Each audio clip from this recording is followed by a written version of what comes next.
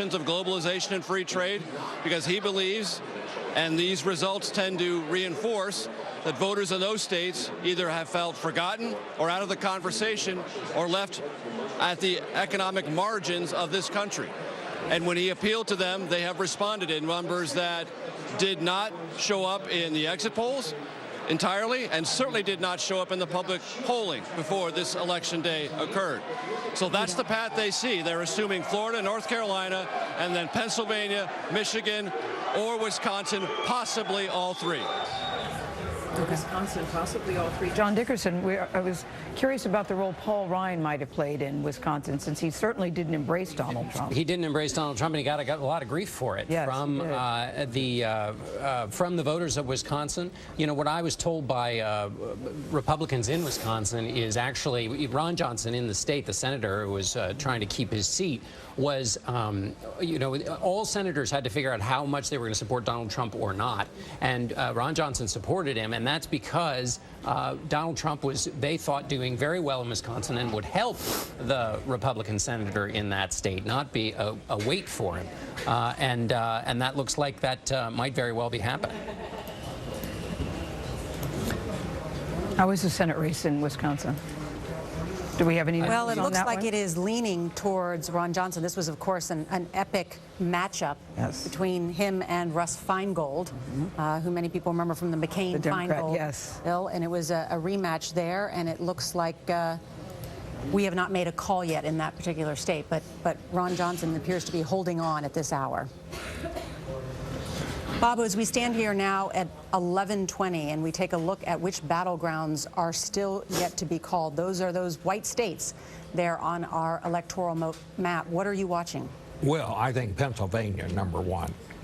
I think at this point it is absolutely crucial for Hillary Clinton to win Pennsylvania, which she was favored to win Pennsylvania. That was going to be her best battleground state. And I'm just hearing that they've just called Ron Johnson as the winner of that Senate race out in Wisconsin, so that may. Juliana Goldman has been covering the congressional races for us. Juliana?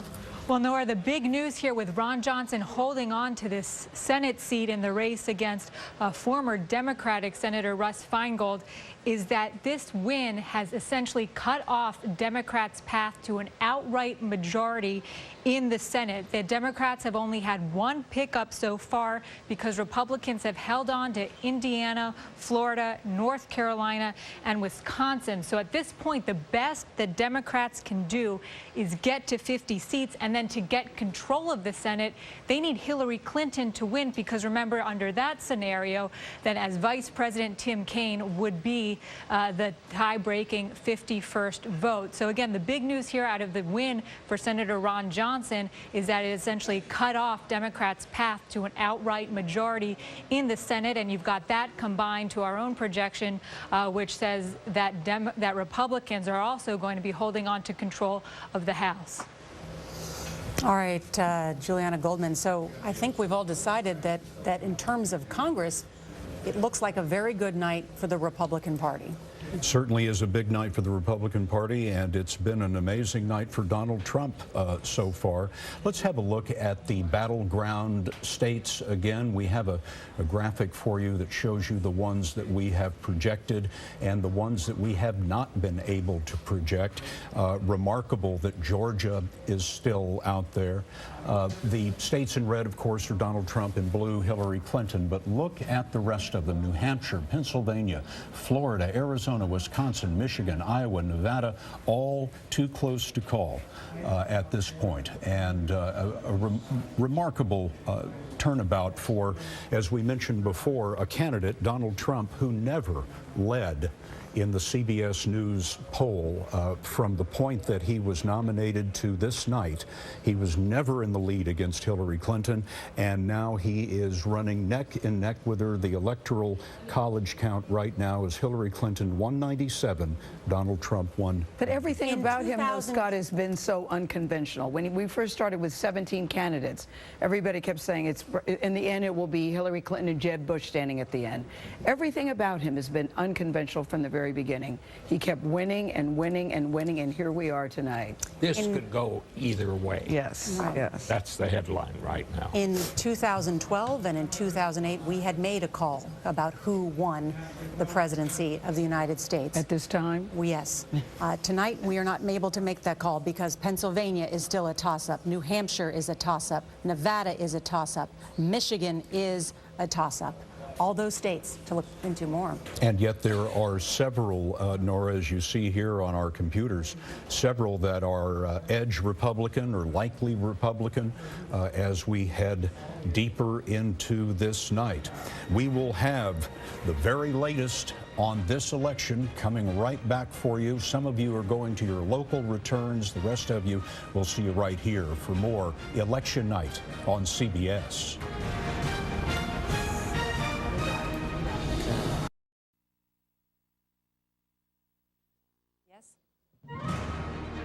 Breaking news, CBS News now estimates that Donald Trump will be the winner in Florida.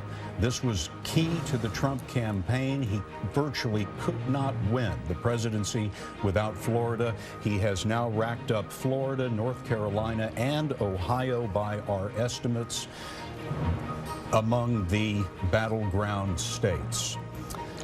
Nora, there are several other states in the battleground states that we're looking at that haven't been called yet. That's right. We should take a look now at the state of Pennsylvania, which now becomes crucial for Hillary Clinton to keep in the Democratic column. That's 20 electoral votes in Pennsylvania, 29 in Florida, so those are big numbers there. Donald Trump is now 48 votes from having the presidency. Let's look at that electoral college map. We'll show you that Hillary Clinton has 197 electoral college votes. Donald Trump now regaining the lead with 222.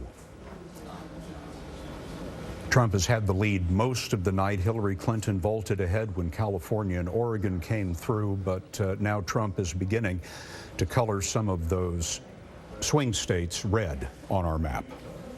Let's also take a look at the state of Wisconsin, one of those states in the blue wall that, as John Dickerson said, the Republicans hope to pierce tonight. In the state of Wisconsin, home to the Speaker of the House as well as the chairman of the Republican National Committee. CBS News now estimates that Donald Trump has the edge in Wisconsin. That's 10 or more electoral votes. This night has gone much differently than anyone predicted. Well, when we thought about the possible scenarios, and we'll see what happens in the Midwest, so we'll have to see how far Donald Trump goes into Democratic territory, how far what he was calling the silent majority, the strength of that blue-collar voter, how big that becomes. But for the moment, it's big enough to have won him those crucial states of Florida, North Carolina, and Ohio. We should also pull up the state of Nevada, a state that had a large early vote turnout. We have now, CBS News is now estimating that leans Democratic.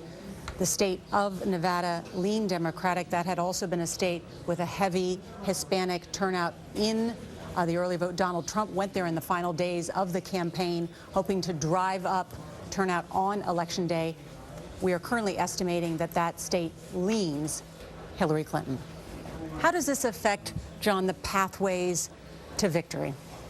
Well, obviously he's got, if the traditional Republican states come in, then there's Arizona is out. There was talk about how that might be a state that was in peril, although that was at the heady days of Hillary Clinton's best moments. I think the way the night is going, you would expect Arizona to behave as a Republican state, so that's another electoral votes, and it really means the path for Donald Trump is through Pennsylvania, Wisconsin, and Michigan, and he doesn't have to win all of them.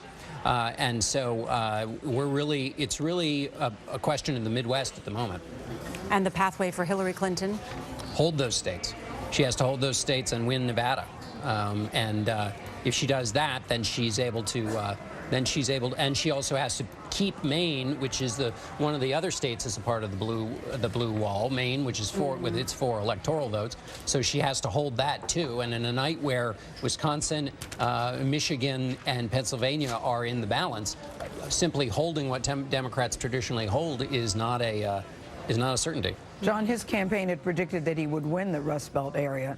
Seems to me that they were exactly right, weren't they? They were, and they, they kept talking about the enthusiasm and turnout at his rallies. And anybody who's covered politics knows that sometimes a big rally is a bit of a fooler, because you can get a lot of people super enthusiastic in a rally, but sometimes that's all you can do is fill up a rally, and you can't get the rest of the coalition. But here, the rally sizes did. They rallied, and then they went to the polls. Look at the supporters there at Clinton headquarters, listening intently as the results come in.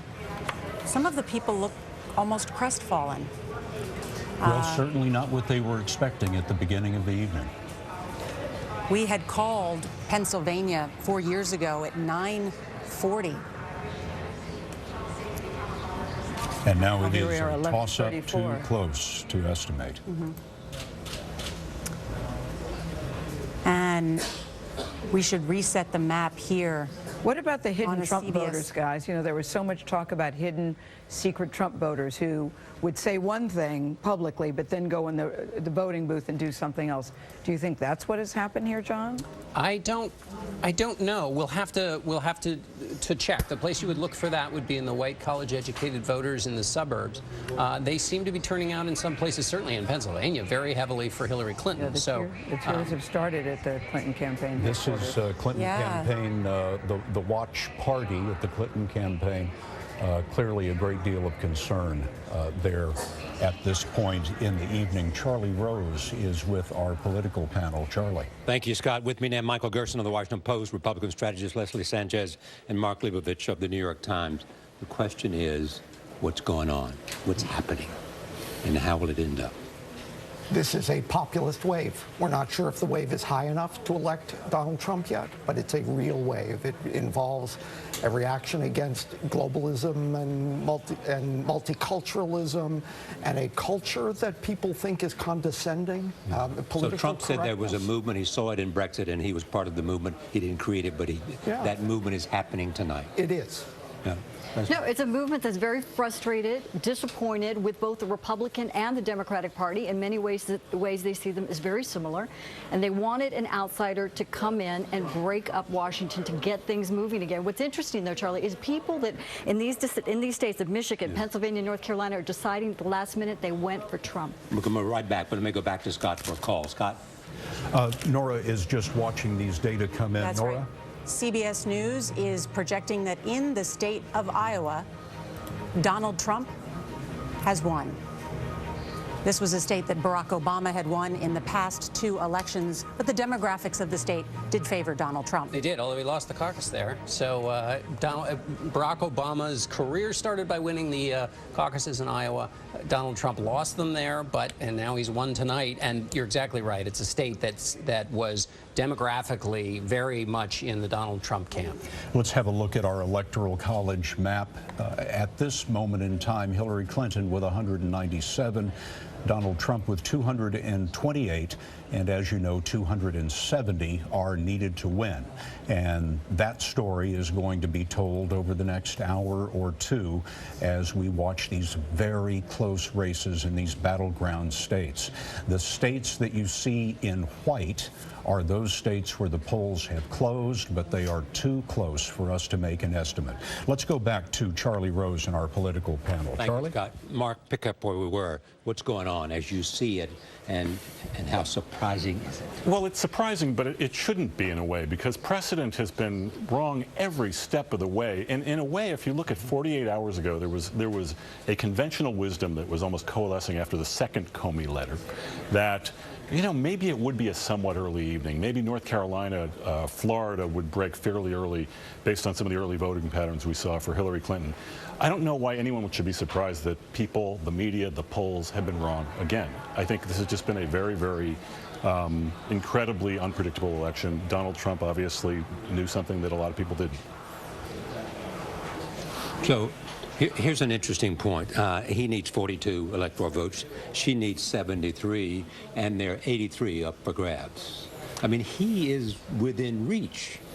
Michigan, Wisconsin, and Pennsylvania. Right. He needs to, I mean, she needs those states. I mean, she needs 2 of those 3 states. Obviously, they're very big electoral vote states. And, I mean, his performance in the first part of the evening has put her on the defensive, and she has to hold his. You have been saying that this is also a reflection of a lack of belief in institutions, and now including polls. Yeah, polling, get out the vote operations, which really didn't seem to do much in this election. It confirms the suspicions of a lot of conservatives in America about elite opinion being wrong, about polling being wrong. You know, part of Donald Trump's appeal was an idea that there is a conspiracy of the establishment, and this looks like it because it was so systematically wrong this in night each is of these areas. Confirmation for... Yeah, I think they will take it as confirmation that elite culture was against them. All right. No, in very many ways. And one thing that is consistent is the people were making up their mind at the last minute. We were talking about late deciders. Trump won them within the last 30 days and within the last week in many of these battleground states. All right, thank you. Let's go back to Scott and Nora. Nora, you were just going through some of the exit polling data, and you came across something fascinating. Well, this is fascinating. One of the swing groups that we have been watching in this election is suburban women, who swung from Bush to Obama won them in the last election, and we were wondering where they would go. Suburban women have, in these states that we're watching, turned out for Donald Trump. In Michigan, he's winning them by 10 points over Clinton. In Wisconsin, Trump is winning suburban white women by 7 points. In Pennsylvania, Trump is winning suburban white women by 2 points. In Ohio, Trump is winning them by 10 points. So he has managed to keep suburban women in his column in those particular states. It also helped drive him in Florida. So that is part of his coalition tonight. Wouldn't you say that's a very big surprise, considering Donald Trump's track record, that many people felt that he was insensitive and inappropriate?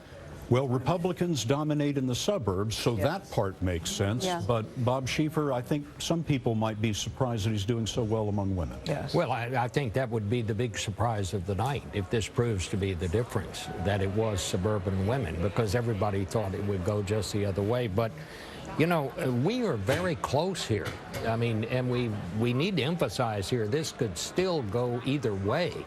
But Donald Trump is now, by my count, 42 votes away from having the 270 he needs. And you can see that on the faces of the people at the Clinton election night watch party here in New York City. Nancy Cordes is there. Nancy, tell us about the mood.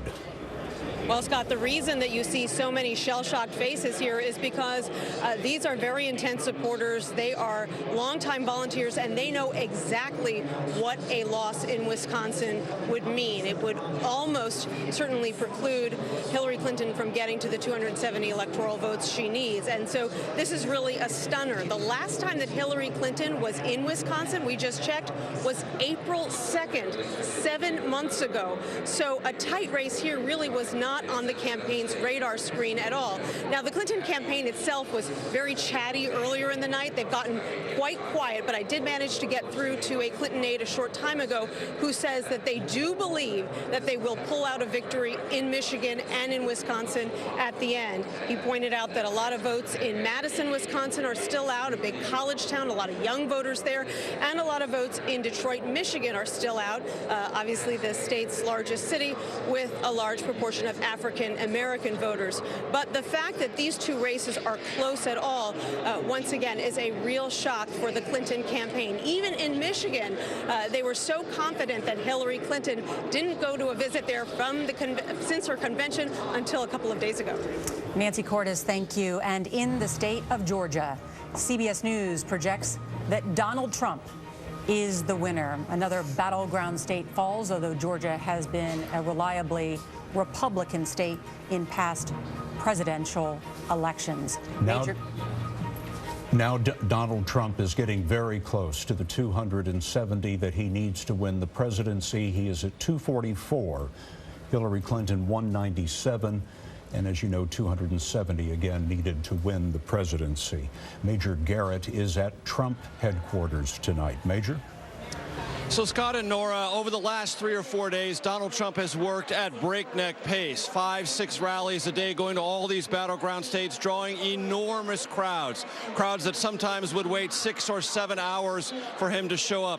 And if there is one thing that people close to Donald Trump have told me throughout this campaign, it is this: that all the polling modeling for this election would be off, skewed in the wrong direction, not capturing the voters who were showing up at these rallies, and that the Trump people were certain would show up to vote. As they often told me, anyone who stands in line for 7 hours to not see a concert and not be fed is going to show up at a polling booth and cast a ballot.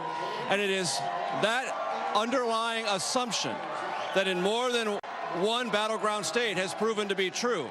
And when we arrived in Michigan over the weekend and there was a crowd of 10,000 people waiting for Donald Trump, they were screaming their heads off relentlessly through his speech. And I thought to myself, if a rally in Sterling Heights, Michigan, organized in less than 24 hours, could attract this kind of crowd and this kind of enthusiasm, Trump may have a chance in Michigan. He may not win Michigan, but that same effect was visible in rallies in Wisconsin, in Pennsylvania, certainly in Florida and North Carolina. One last point. If there was one application of a previously successful Republican presidential campaign that Trump took on board, it was George W. Bush in 2004. What was that theory? Drive up the Republican vote in the reddest part of each and every battleground state. Don't worry about the suburbs so much, but go where the Republican vote totals are richest and plentiful and drive that up as best you can. In the rural areas of North Carolina, Florida, Pennsylvania, Wisconsin, that approach may in fact be vindicated in the not too distant future. Well, that set this discussion up perfectly. Major Garrett, thank you. Donald Trump is now just 26 votes away from winning the presidency. Let's look at those 3 blue states, that blue wall that Donald Trump hopes to pierce tonight. First, the state of Wisconsin, the Badger state. And that's 10 electoral votes. And that is 10 electoral votes. And we have Wisconsin now as edge Republican. In the state of there we go. There's Wisconsin, and as you can see, the margin there, votes still being counted, and we give that edge Republican. Pennsylvania.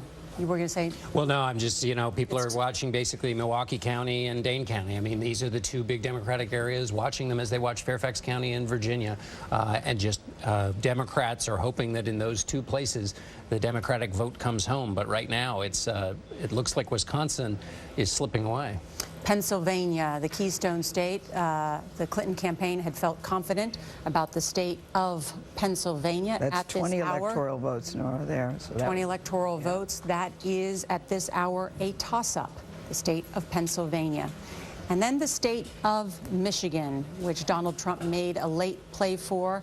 That state of Michigan, 16 electoral votes. And at this hour, Michigan is a toss-up. We started with 13 battleground states this evening that could go either way. Now there are only 6, and the remaining 3 include Arizona, which we still estimate as a toss-up, but Donald Trump does have a numerical lead there right now. There is Nevada, which we have estimated leans Democratic. That could change, but Hillary Clinton does have a lead there now. And then finally, New Hampshire, which we estimate is a toss-up still.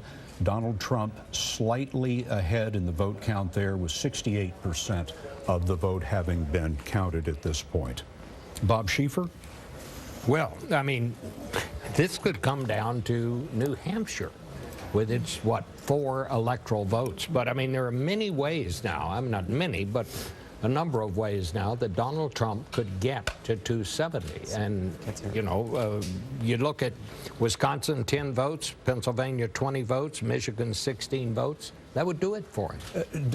John, is it possible at this point, because it has never been true until now, that Donald Trump has more paths to the White House than Hillary Clinton does. It looks like it, because, you know, if Arizona goes in the Trump category, as history would suggest it might, and the findings of this evening go, and then he wins Wisconsin, she has to hold on to Michigan and Pennsylvania. So those are two big places where he's really putting a lot of pressure on her that Hillary Clinton has to hold. So if you were just to judge by where the vote is now, it looks like he's got the edge in terms of the possible pathways to the end. Arizona and Michigan would do it. Michigan and Wisconsin would do it.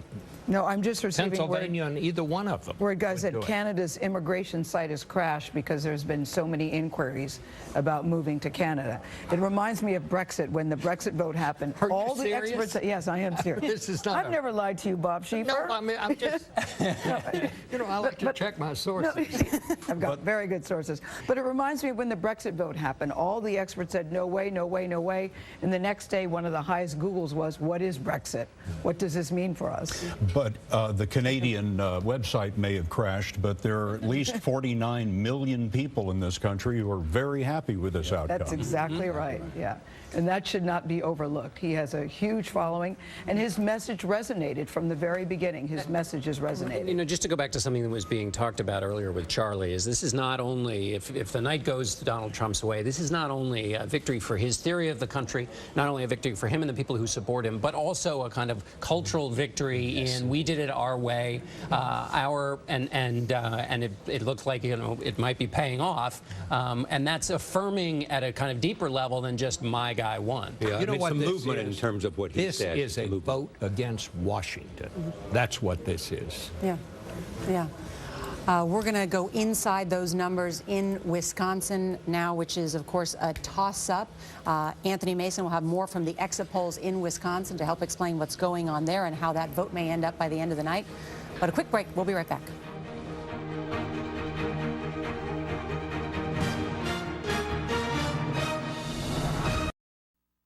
With election night on CBS, at this hour, Donald Trump has opened a significant lead over Hillary Clinton. Her pathways to the White House have begun to dramatically narrow. Anthony Salvanto, our director of elections, show me how Donald Trump wins. Well, Pennsylvania is still in play. If he were to get that, Michigan, if he were to get that, all of these states, Wisconsin is still in play. So all of these states with extra padding to go would get him up over the 270 that he needs, Scott. What path does Hillary Clinton still have? Well, she's still got a chance in Pennsylvania and in all these states that we haven't projected yet. Then she'd have to go and get a Nevada, and you know, that's still not enough. It's still not enough. She's got to hang on to Minnesota, and she's got to hang on to New Hampshire too. So she still has a path in the states that are at least toss-ups. But I will tell you that it's not a good sign, because if she were doing well tonight, these states would have been projected blue. They're reliably blue in most other elections earlier. So Donald Trump is winning in, or at least holding Hillary Clinton off in states that we would have called hours ago for the Democrats in another election. Exactly. In fact, if you want, I can take you inside a couple of these states, and I can give you a hint as to why. You can take... Oh, want to stop? We're going to have to cut away to a break right now. We'll be right back with all the latest information. It's election night on CBS.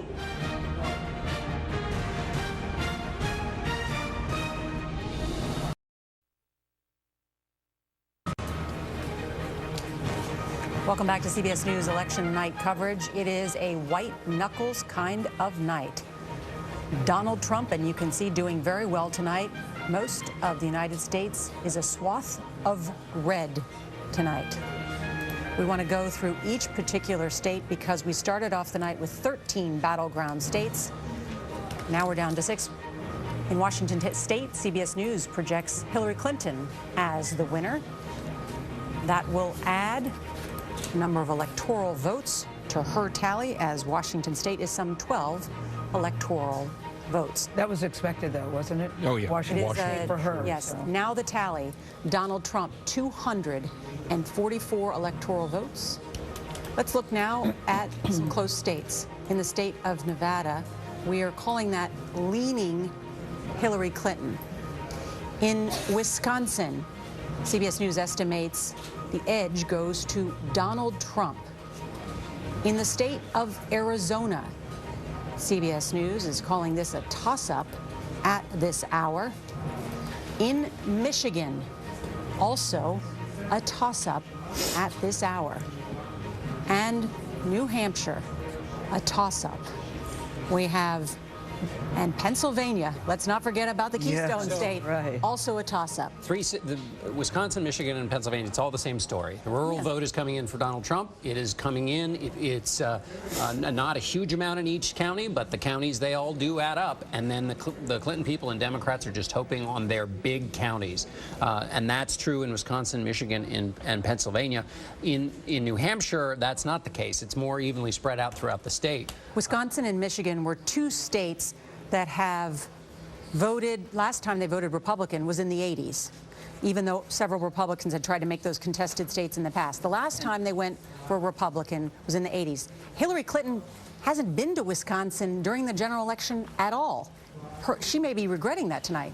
Wisconsin has been a very close state, but it's part of the Democratic wall, and you know, now they're going to, when we do the look back on this campaign, Democrats are going to say, you know, why didn't she spend more time there? You know, in Michigan, Barack Obama didn't go back after July, and they must have thought it would be equally as durable for them. And Charlie Rose is standing by now with our political panel. Charlie? Thank you, Scott. I'm here with Peggy Noonan and Jamel Bowie and Ben Dominic.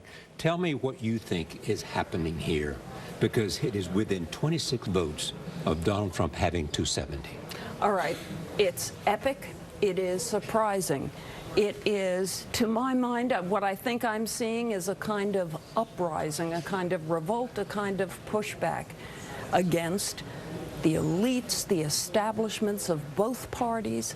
There is a sense of there's protected people in America and unprotected people, and the unprotected just push back in a way that strikes me as deeply historic. More than political parties, more than an election, a movement. I think so, and the fact that they are backing Mr. Trump when they don't necessarily back him personally, it says it's a movement. After the Civil War, there was Reconstruction, and in Reconstruction, black Americans and white Americans attempted to build a new kind of South. What happened after Reconstruction was angry, recalcitrant whites pushed back. They retook their governments through force, through violence, and we had redemption, and that lasted up until the 20th century. We had a second Reconstruction in the 1960s, and we've had a backlash to that Reconstruction.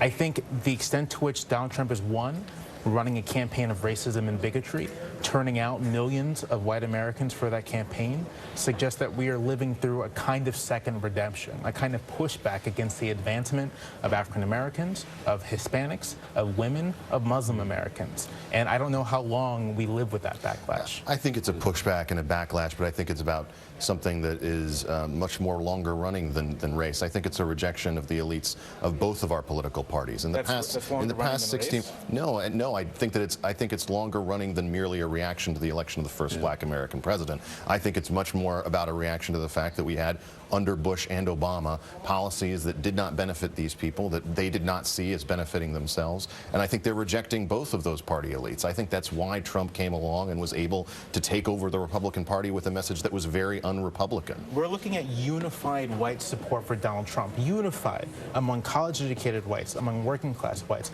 I don't think this is just a question of poor economic policy for working-class whites. I think we're but looking clearly at they're dissatisfied with the racial. Obama agenda, and it's something that they don't view as satisfying their needs. Barack Obama expanded Medicaid dramatically in a lot of these white working-class communities under the idea that it would both help them, but that it would also give them a vested interest in re-electing the Democratic Party. This is the what's the matter with Kansas problem. Clearly that didn't work. Peggy? I'm thinking, what is it like in the White House tonight? The President of the United States will, if trends continue, if Mr. Trump is elected tonight, I think experience this as a rebuke, as America almost saying, we thought you'd bring us together, you didn't, and now we've taken this surprising decision and really kind of confounded political history. Let us say very clearly here, this is as tight as it could be. Donald Trump is in the lead. He needs 26 more electoral votes to get to 270. He is not there. There are too many undecideds right now, nor is Hillary Clinton. Take it back now to Scott and Nora. Charlie, thank you. Let's take a quick look at exactly where the race stands right now. Let's have a look at the Electoral College map. Charlie just mentioned that Donald Trump has 244, not far shy of the 270 needed to win. Hillary Clinton, as you can see there, 209. The blue states we've estimated for Clinton, the red states we have estimated for Donald Trump. The states in white are the ones that are still too close to call. We want to go now to Wisconsin because CBS News has a new estimate. We are saying that Wisconsin is now leaning Donald Trump. Bob Schieffer, what does that mean? Well, that means he's getting even closer than he was. I mean, you can just go through. If he wins Pennsylvania and anything else, basically Pennsylvania, Wisconsin, or Pennsylvania and Michigan, Pennsylvania and Iowa, that would put him to 270. Yeah, if he wins Wisconsin and then Arizona behaves as it's supposed to, then it's at the end of his fingertips. He's basically, I mean, he can do it with Michigan, Pennsylvania, New Hampshire, Maine. So it's his paths, those 6 paths that Kellyanne Conway was talking about earlier tonight. He has 6 paths. I miscalled. He's already gotten Iowa. I miscalled that. But what would Hillary Clinton have to do to win at this point? She would have to have her big population centers come in Michigan, Pennsylvania, or Wisconsin, and then if she loses Wisconsin, she'd have to win Michigan, Pennsylvania, New Hampshire, and Maine. To hold him She off. would nearly need to sweep the table. Yeah. But she has a shot. That's true. That is well, to the extent that nobody's gotten 61 away. 270. Yeah. And she only needs 61. So, And her shot is the urban vote coming in, and she does better than expected. Yes. At the moment, it looks like it's not. I mean, it looks like it's going to be. She has a better chance of doing that in Michigan than in Wisconsin. I mean, her best shot, of course, would be to hold all those states, Wisconsin, Michigan, and Pennsylvania, but that does not look like it's going to happen. I don't think she can win without Pennsylvania, without sweeping the rest of that. So let's take a look at Pennsylvania, because Pennsylvania is the biggest prize still left on the table with 20 electoral votes. And with just about 84% of the vote in, or is it more there? I can't see that far. Based on my computer, 90% of the vote in. It is neck and neck. According to what I'm seeing, we're talking about a vote difference of just about 10,000. Out of 5 million cast. Out of 5 million cast. Yeah, and she had been ahead in the numbers. So this is, if you're a Clinton person watching this, the numbers are going in the wrong direction for you. Now, there's still some out in Bucks County, which is a county that can bring in some more votes, but you want the numbers to be going in the other direction. Yeah. One of the big surprises of the night is Wisconsin. Absolutely, and Anthony Mason is looking at the exit poll information that we've accumulated in Wisconsin. Anthony, what is it telling us? Yeah, Scott, two disappointing trends for Democrats in Wisconsin. First, among young people, Hillary Clinton is winning young people 46 to 39%, but 4 years ago, Obama got 60% of young people in Wisconsin. As you can see, 11% of this has bled to third-party candidates, but a serious underperformance here by Hillary Clinton among young voters and also among independent voters. Barack Obama won independents by 2 points in Wisconsin 4 years ago. Donald Trump is winning them by 5 points today. And again, third-party candidates taking 10% of the vote there. So significant underperformance here for the Democrats in these two places. You know, there might be another factor that we haven't talked about, and that is it's a little bit intangible, but it's extremely rare for the American people to grant one party 3 terms in the White House in a row. It's very, very rare. It's only happened once since the 22nd Amendment in 1947, and that was Reagan, Bush. Reagan, George Herbert Walker Bush. Now, the other thing in history that the Clinton people were hoping for is that traditionally presidential models, when the approval rating of the president is above 50%, it helps the incumbent party. President Obama's approval rating is at 51.6, I think, is the average. Yeah. That's not helping. It particularly isn't helping in Michigan, where the African-American vote is not turning out enough to beat back this Trump insurgency in the traditionally Democratic states. I was wondering, too, that the very thing that Peggy raised in your panel, Charlie, when she said, I wonder what the White House is thinking tonight. Because even today, the president was on the phone calling radio stations in Michigan, in Pennsylvania, in Florida, encouraging people to go out and vote. I remember sitting at the Congressional Black Caucus dinner where he gave a very impassioned plea and said I would be insulted. It would be an insult to my legacy. At one point, even when he was on the campaign trail, said, listen, you know, if you care about what we've done in this White House, think of this as a vote for this to continue. Yeah. And it seems tonight that voters are sending a very different message. They are sick of Washington. Yeah, they're sick of the establishment. Washington has done nothing for the last 5 or 6 years. Or do they like Donald Trump, Bob? Do they like Donald I think Trump and the that's part of it. messages? Yeah. I think that's part of it, but I think mostly it's just people are sick of nothing happening. You know, it's also interesting that having the first woman president may not have been as powerful a factor in this circumstance as we might have imagined. You know, is it a woman president, Charlie, or is it that people just didn't want the woman president to be Hillary Clinton? What do you think? Because I think the country seemed to be ready for a woman president. You look at Susan B. Anthony's gravesite today, and people were plugging I agree with that. Yes, of course. You know. Yeah, but you think it's Hillary Clinton? But back to Bob's point. For a moment to make history. When people were worried about Donald Trump's temperament and judgment, and would talk to Trump voters and say to them, you know, do you worry about his temperament and judgment? And they said, well, maybe, but you know, I don't care because I want the system dismantled. And if it's dismantled, then we'll figure other things out. But the system's never worked for me. And so these niceties of temperament and judgment doesn't matter if the system's not working for me. So let's try disruption. And John, they would say he's such a good businessman. I would like to see a businessman in the office to see what he can do. If his business is so successful, who knows what he can do with the country. I heard that many times. Yeah. We want to let the audience know that at the rate the data are coming in at this point, we may have a decision in this race in the next 30 minutes or so. You're looking at the battleground states right now, the states in blue, Hillary Clinton, states in red, Donald Trump. And in the remaining states, Donald Trump has numeric leads in just about all of them. Very slender leads, maybe 10, 20,000 votes out of millions cast, but he does have slender leads in just about all of those remaining states. Major Garrett is at the Trump watch party tonight. Major? Right. I'm sorry, Scott. Yes. One of the interesting things about this phenomenon that is playing out before the entire nation is the Donald Trump campaign, and led always by Donald Trump, the single most important force within his campaign, him throughout, is that he can do this without the regular support of the Republican establishment. He has been at odds with the Speaker of the House, Paul Ryan. I've just been talking to senior House Republicans who believe this will give Ryan and Trump some bit of business to take care of if, in fact, these trend lines continue and Donald Trump becomes president-elect of the United States. He fought with other senators. Lindsey Graham, who was a rival of his, didn't endorse him. George W. Bush didn't vote for him. George H.W. Bush, we are told, did not vote for him. This estrangement that Trump had from the Republican establishment, to many, was thought to be a weakness. He always believed it was a core strength, and it was a manifestation of what he most represented to those who supported him from the very beginning, that he was against the structure of power as it existed in Washington, and more importantly, how those voters who felt left behind by that power structure viewed it. One last thing about Trump and this orientation to his supporters.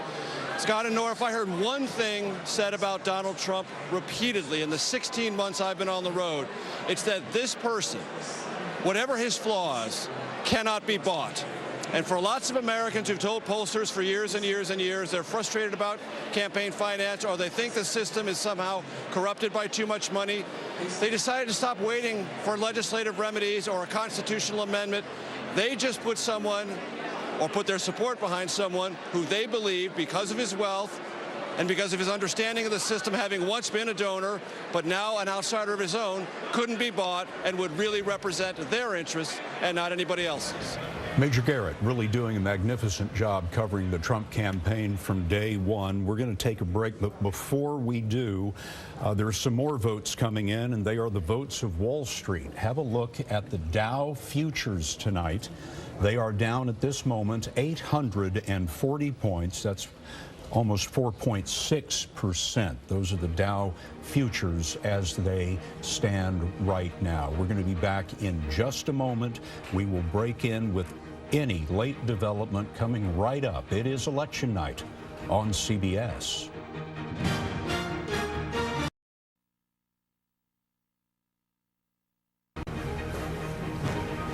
It is quite a night on this election night, and we want to go straight to some of the battleground states. First, to the Keystone State of Pennsylvania, with more than 90% of the vote in. CBS News estimates that this is still a toss-up. It is a must-win state for Hillary Clinton. In the state of Michigan, with 70% of the vote in, you can see, look at that, it's just about 20,000 votes separate the two candidates. A toss-up. And in Wisconsin, with about almost 80% of the vote in, also just about 100,000 votes, less than 100,000 votes separating those two candidates. John? It's just amazing to watch these. I mean, in Pennsylvania now, as I look at it, it's about 2,000 votes that separates the two of them. Out of 5 million cast. Yeah. For those of you who sat at home thinking my vote doesn't count, wrong again. And so here we're watching this enormous country, all of this collective behavior, and it's coming down to, a handful of votes in these states to determine who the next president is. No, John, when Senator Al Franken was here at the table and he said, listen, I am the poster child of close elections, because he said he won his election by 312 votes. He said, let that be a lesson, a warning to anybody who thinks it doesn't make any difference whether I go and vote. It's moments like this that shows you, yes, it makes a big difference. The Florida of 2000 is now Pennsylvania.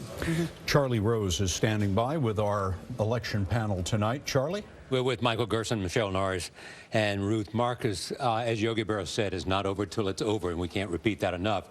But Donald Trump is leading in enough states to get him to 270. So I raised this question. What if Donald Trump becomes president? Well, people concerned about that need to remember that we have strong institutions in America, strong legislative branch, strong judicial branch, and a balance of power system where the president doesn't get to do everything he wants, although he has tremendous power on the international stage. And this is someone who the Russians wanted to have elected, may have actually helped to get elected, and someone that our alliance, people in our alliance structure are very afraid about what's going to happen. He's going to have to reassure them. So there are going to be a lot of, on the international side, a lot of immediate implications. Michelle. But there are checks and balances, but if we have a Republican in the White House and a Republican Senate and a Republican House, you don't sort of have that modulating pressure, perhaps, on someone who is rewarded for being tough, who is rewarded for being pugilistic, who was elected by 25% of his supporters said that they didn't much care for his judgment, but they elected him anyway. And this is a country that's deeply divided. Can he bring people together? Can he actually figure out how to deal with this deep, wide, roiling chasm that we have in this country? So I want Michael to be right about the resilience and strength of the other branches of government, but I'm really worried that he's not. Why would we think that Republicans in Congress who were not willing to denounce and reject Donald Trump when he said outrageous things about Gold Star families and Mexican rapists and everything else would be willing to reject him when he is inhabiting, if he is the most powerful position in the land? He is going, yes, the courts exercise a check, but he is going to be able, if he's elected president, to nominate a replacement for Antonin Scalia and to cement a conservative-leaning majority on the court. And he's awfully powerful in military affairs. Thank you, Ruth. There's so much more to come. We'll be right back after this break. CBS News continues.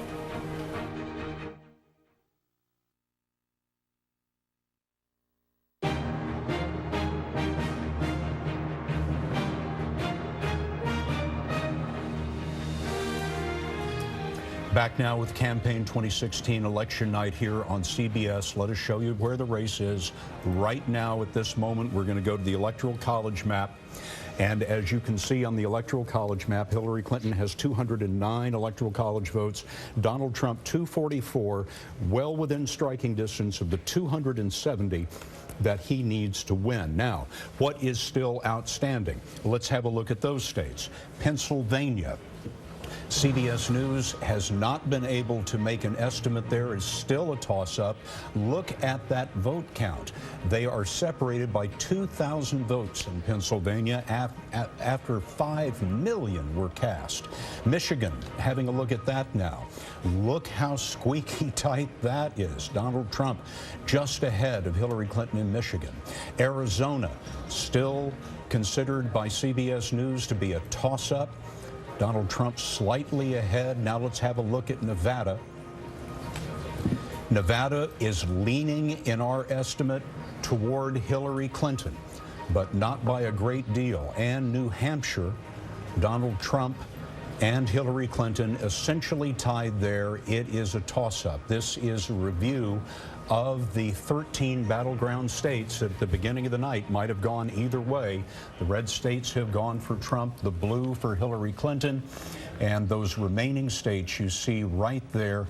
In all but one of them, Donald Trump has a lead, but it's a slender lead, and yet he does not need much. Hold on. I was just looking in Pennsylvania. Yeah. It looks like Lebanon is out, and that's about Mitt Romney won that 63% to 35% in 2012. So in Pennsylvania, where it's very close, you've got a county that looks like it's out. Nothing's been reported yet. That should be a strong county for Republicans. And by out you mean it hasn't been reported yet. Yes, yes. All right, in Nevada, we have a call. CBS News projects Hillary Clinton will win the state of Nevada when all of the votes are counted. This is a state that the Clinton campaign felt strongly that they would do well in part because of the early vote and the sizable Hispanic population. But Nevada has just 6 electoral votes. But that puts her within 55 of 270. You are good at math, Bob Schieffer. Yeah, 55, and one more we can cross off the list. We are now down to 5 battleground states, and we do think that perhaps in the next half hour we will be able to call who is the 45th president of the United States. We should check in with our correspondents who have been covering these 2 candidates for more than a year. Let's check in first with Major Garrett, who has been covering the Trump campaign. Major, it sounds like a celebratory mood there. Well, yeah, they're feeling very, very good here at the Trump campaign headquarters. You'll probably hear ripples of applause behind me as various projections come through. Certainly the Trump inner circle feels better than they felt this entire night. They see numerous paths to 270 to make Donald Trump the next president-elect of the United States. And I will tell you this. In the last week to week and a half, everyone associated in the inner circle of Donald Trump's campaign told me the following.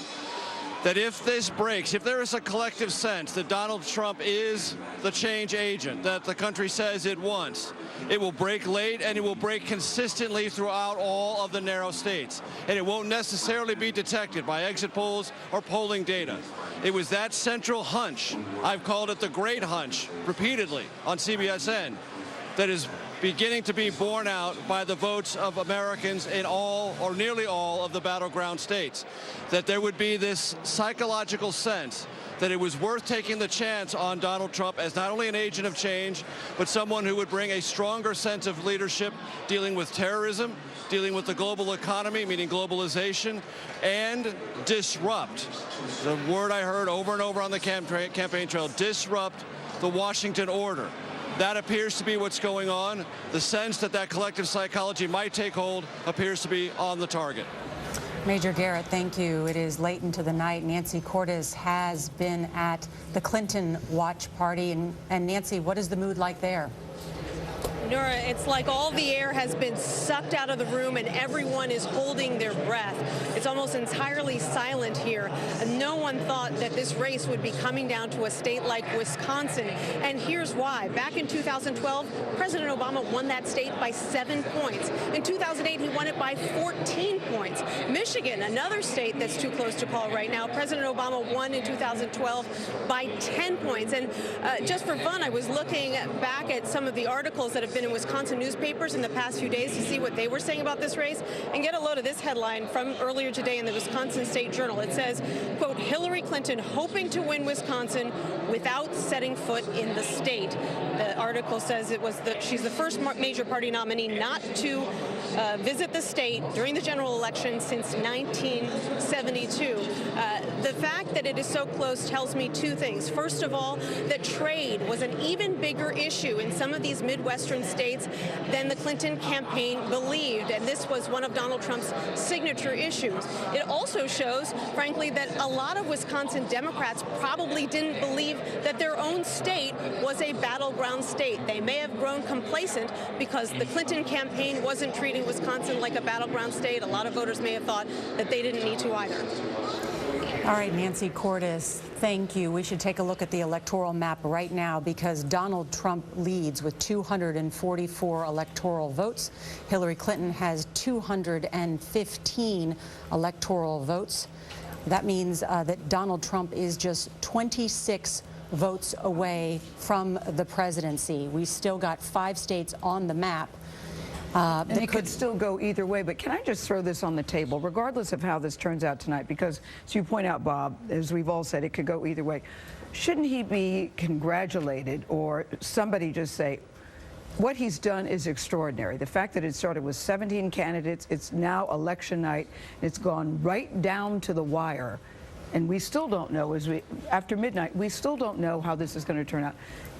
If you are a supporter of Donald Trump, or he wasn't your candidate, what he's accomplished is extraordinary. It's a remarkable feat. None of the pollsters, few of the pollsters would have expected anything like this. I don't know any pollster that called this. The Washington elites that Donald Trump has been campaigning against wouldn't have expected this, and yet he has essentially done, or is about to do, exactly what he said he would do. Is this, Scott, is this a victory for the Republican Party, or is this a victory for some new party? Is this the victory for the Trump Party? I mean, where does the Republican Party go? We talked about if Trump lost, would the Republican Party survive? Will the Republican Party survive a Trump victory?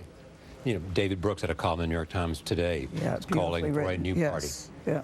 Sure, there will be some who will call for a new party. There will be others who see a parade in front of which they would now want to run, and they will try to join in. And there were those who tried to keep their distance from Donald Trump who will now join in. And he will, if he becomes the president, if this role that he is on continues, he will need the help of other Republicans. But what about the Democratic Party? Is the Democratic Party going to survive this? It's not like they've had a great couple of years lately. Donald Trump will be the leader of the Republican Party, and he will remake it in his own image if he chooses to. It's going to be interesting. Well, it'll certainly be a different Republican Party than we've known about in the past. Starting with, it will no longer be a party for free trade. And Bob, he thinks about it interventionalist. He thinks about it more than as a party. He thinks of it as a movement.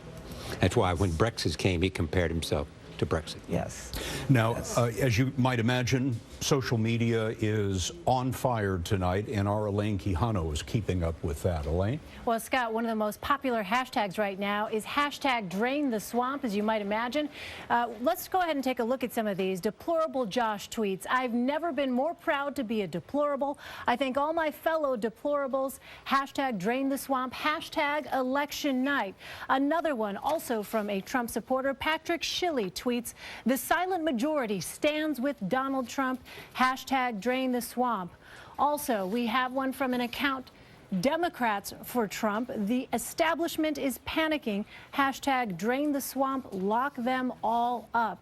At the same time, we have others tweeting under the hashtag America is over party. One of them reading, if you voted Trump, you voted Trump. If you voted third party, you voted Trump. If you didn't vote, you voted Trump. So, Scott and Nora, just a sampling of some of the reactions that we're seeing right now over social media. All right, Elaine Quijano, we are waiting on calls in a number of these states that are going to decide this election. John, what state are you looking at? Well, remember when I was talking about Lebanon County being out, meaning the votes had not been counted yet there in Pennsylvania. It was once a 2,000-person race. Donald Trump was ahead by 2,000 votes. He's now ahead by 26,000 votes. Lebanon has come in. He is beginning to pull away, John, as you say, in Pennsylvania, and he is now leading in the remaining 5 states. He only needs 2 or 3 to win the presidency tonight, and we will be following that for you. And we will break in at any moment that we are able to make an estimate about one of these remaining states. But in the meantime, Russia has come up again and again in this campaign. The Clinton campaign accusing Russia of hacking their Democratic National Committee emails and the like. And so we sent our Elizabeth Palmer to Moscow to monitor the reaction to the election there. Liz? Good morning. Well, the sun's just come up here in Moscow, and Russians are getting out of bed to discover that Donald Trump has a plausible path to the White House. That's going to go down very well here. People generally think of Trump as a man that Russia can do business with. He's called NATO obsolete, and he has praised President Putin's leadership style. And so Russians, who really would like better relations with the world, they want an end to sanctions. They hope that this may lead to less aggression between Russia and the U.S. Now, the Kremlin, you can probably see the Kremlin towers behind me. President Putin and his insiders probably up all night watching the results come in. President Putin is a pragmatist, and he has made it clear he will work with whoever wins the White House. But he may still be hoping that these results bring some kind of discord in the United States, because basically he still sees the U.S. as an opponent, and anything that weakens it strengthens the Kremlin. Scott, Nora? Liz Palmer in Moscow for us tonight. Bob Schieffer, did you ever think you'd hear that? Well, all I can say, I haven't had time to do a survey yet, but I think Moscow is going to be one of the few places this is going to be greeted with enthusiasm. I think it's going to create a lot of worry in the capitals of the world. I think the Japanese are going to wonder what happens next. Can they count on the United States? I think South Korea is going to have problems about this, and all across Western Europe. This is going to come as a surprise around the world. What about, the Middle East? Well, yeah. I wouldn't even know how to assess that. I guess they'll like it in Syria, but we'll see where this goes. No, we don't want to venture very far from the electoral map. Let us show you that again. This is exactly where the race stands right now. Donald Trump very close to being the 45th president of the United States with 244 electoral votes, 270 needed to win. Hillary Clinton at 215. There are 5 swing states still out, and Donald Trump is leading by tiny margins in all 5. In Pennsylvania, in particular, which has been the keystone state and a key part of her strategy in order to win the presidency, it appears now that he is opening up a bit of a lead in Pennsylvania. John, can Hillary Clinton win without Pennsylvania? No, I mean, and especially not the way Michigan and Wisconsin are going. The problem for Hillary Clinton in Pennsylvania is the big areas where she can get her vote just aren't. There's not that much left of her vote in those big areas. Did she underperform Obama in Philadelphia? All the talk was that if she ran up the vote tally essentially in Philadelphia, which is why she had that huge rally there with John Bon Jovi, with Bruce Springsteen, with the President of the United States and the First Lady, was to energize that, because Pennsylvania has no early vote. Barack Obama got 557,000 votes. She got 559,000, at least as it's counted now. That's only 2,000 votes more than Barack Obama. And so she did better than in, say, in Florida or something. She did better in some of those counties. So yes, it looks like she did not do a big increase on what he'd done. The presidency in the balance. Stay with us. We will be back in just a moment with Election Night on CBS.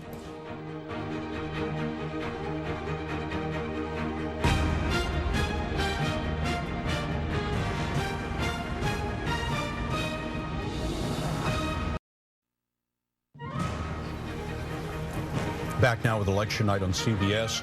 Since we've been away, nothing has changed. Well, but it will. Let's have a look at the electoral votes now. Donald Trump, 244, well within striking distance of the 270 needed to win. Hillary Clinton trailing with 215. There are 5 swing states that are still up for grabs, and Donald Trump is leading by slight margins in all 5. John Dickerson, as you go through the exit poll information and all the votes coming in, how did he do it? Well, I'm still looking at that, Scott. It's in different ways in different states. You know, part of it is that if you look at a state like Pennsylvania, Barack Obama, 13% of the electorate in 2012 was African American in Pennsylvania. So now it's only 10%. So Hillary Clinton's vote didn't turn out a little. His vote did turn out. Then you've got in Florida and North Carolina, you've got Gary Johnson, the Libertarian candidate, got 7% of the vote, took some of the millennial vote, which was up in North Carolina. But because Johnson was taking it, Hillary Clinton, it looks like didn't grab as much of the millennial vote in that close state. In Florida, the Hillary Clinton strength with with white college-educated voters did not exist. Donald Trump beat her with that group by 20 points, whereas in a state like Pennsylvania, she's up by 20 points with college-educated white women. So it's a bit of some of it's idiosyncratic to the states, but basically, in the rural areas, he boosted his support among Republicans. I think there are two big factors. I think there are 2 big factors here. The first factor is that about 7 out of 10 voters are angry, dissatisfied, sick of government. Number one thing. Number 2, amongst nearly every age group, blacks, Hispanics, independents, she underperformed Barack Obama. So the Clinton campaign had talked about that she would build a new kind of coalition, different than the Obama coalition. It is a different coalition, and she wasn't able to replicate the Obama coalition of 2012. I was talking to African American voters in Cleveland, and I said, do you feel the enthusiasm that you did for Obama? And they were telling me, no. I hope we have a big turnout, but I don't feel the groundswell. Which is why President Obama made such a push to the black voters and a personal appeal to say you've got to get out and vote. Charlie Rose is with the political panel for more analysis of what we're seeing at this hour. Charlie? We're with Leslie Sanchez and Ben Dominic and Ruth Marcus of the Washington Post. This is more than a national election. Absolutely. Talking to a lot of folks, certainly in the Republican Party, they feel this is an epic, certainly a historic global event, especially when you combine it with Brexit, which was very much a big part of Donald Trump's argument. And he's also talking about the fact, and Nora was talking about this too, that in the big cities, you saw the machine, the Democratic machine turn out. But what we see now is an avalanche of rural voters, small cities, the suburbs, the exurbs, that turned out in a big way for Donald Trump, and nobody really saw that wave coming. And you know, there's a saying that ideas don't run for president, people do. I think in this election you had 2 very controversial people, and ultimately you saw the motivating factor for Hillary Clinton's voters among the Barack Obama's constituencies, the younger voters, minority communities, etc., not be as much of a motivating factor as the motivation of Trump's supporters, both for him and against her. Ruth? I know you don't want to hear this word, but I'm going to have to say recount. It could be that Donald Trump wins tonight and Hillary Clinton concedes, but if things are close in enough states, it's very possible that we could enter the 2016 version of a recount, which is counting provisional ballots. Yeah. It's probably not going to happen, but it definitely could. Thank you, Ben. I've got to go to break. We'll be right back. More from CBS News Election Central. Stay with us.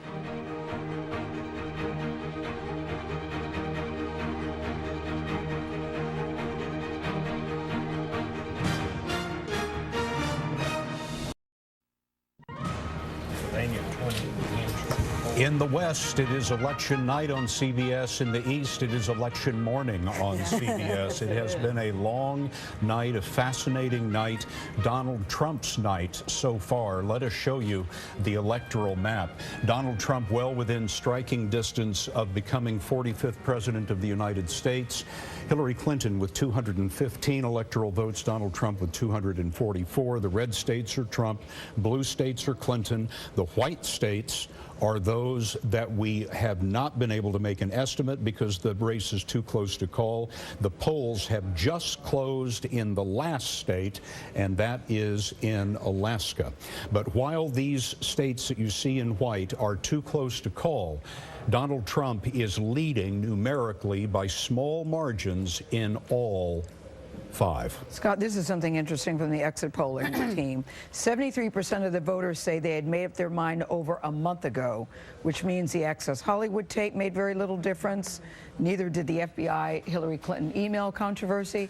So it seems that the cake was already baked. If you were for Hillary Clinton a month ago, you were still that. If you were for Donald Trump a month ago, I think that because there was so much speculation about the ups and downs of the campaign, we're switching people's minds. That does not appear to be the case. Everyone at home is either online or has their notepad doing the math about the different paths to victory. And so let's go through the states to give everyone the very latest tally in those states that we have yet to call. We'll start first with those battlegrounds, which we can show you there. There's one state not on this battleground that I'm going to tell you about too in just a moment, but let's go first through these battlegrounds tonight. First, the state of Pennsylvania. 97% of the vote in the biggest electoral prize still left there. Michigan, Donald Trump has a slight lead there. Wisconsin, Hillary Clinton did not visit the state since the primary. Donald Trump did, spent money there. It has benefited him. Arizona, Hillary Clinton, the Goldwater girl originally, hoped to make a play there, but Donald Trump leaning in the state of Arizona. New Hampshire at this hour, a toss-up. Those are the states still left on the map. The one state we've not talked about in a bit, as we were all trying to do the math here, is Minnesota. Another one of these states that the Clinton campaign had felt comfortable about, had assumed that it was in the Democratic column, but at this hour, as you can see right here, this is a toss-up, according to CBS News. I remember a conversation with John, and he said he had talked to the Trump people and said, "Why are you going to Minnesota?" Yeah. Well, again, in the story as we look back on this campaign, the Trump people had a different set of data. It was consumer-related data. It was not sort of the normal state-of-the-art political polling. And a lot of the people in Republican circles who looked at the Trump polling and their methods thought, it's not the same when you're selling a consumer product as when you're selling a candidate. Well, it turns out that the Trump people knew something. With their special black box of assessing the world, they figured out who their voters were, and they figured out how to get to them, and it looks like they're getting to them. Kellyanne Conway was just here this morning when we were all here however many hours ago, and she said one of the storylines of this campaign will be about how many non-political experts were involved in the Trump campaign. Their director of analytics, social media, people who had never worked on a presidential campaign before, pollsters who didn't predict this would happen. They were all that traditional class of consultants and pollsters, media buyers, Bob, have made a lot of money on these contests, winning and losing for their candidates. We still don't know anything about Maine. There are 4 electoral votes up there, and the polls just closed in Alaska. Let's don't forget old Alaska up there. 3 electoral votes, but those 3 electoral votes might matter. It might matter. One of the big themes of this campaign has been the kind of outsider, a populist versus the elites. Well, that's the message part, but it's also through the campaign and the way it was run. This was, we're going to do it our own different way. We're not going to listen to the specialists and the experts, although, of course, they used some of it from the Republican National Committee. But in form and message, it was an outsider campaign. But, John, talk about specialists and the experts. You can't get a more special and expert than the Clinton machine.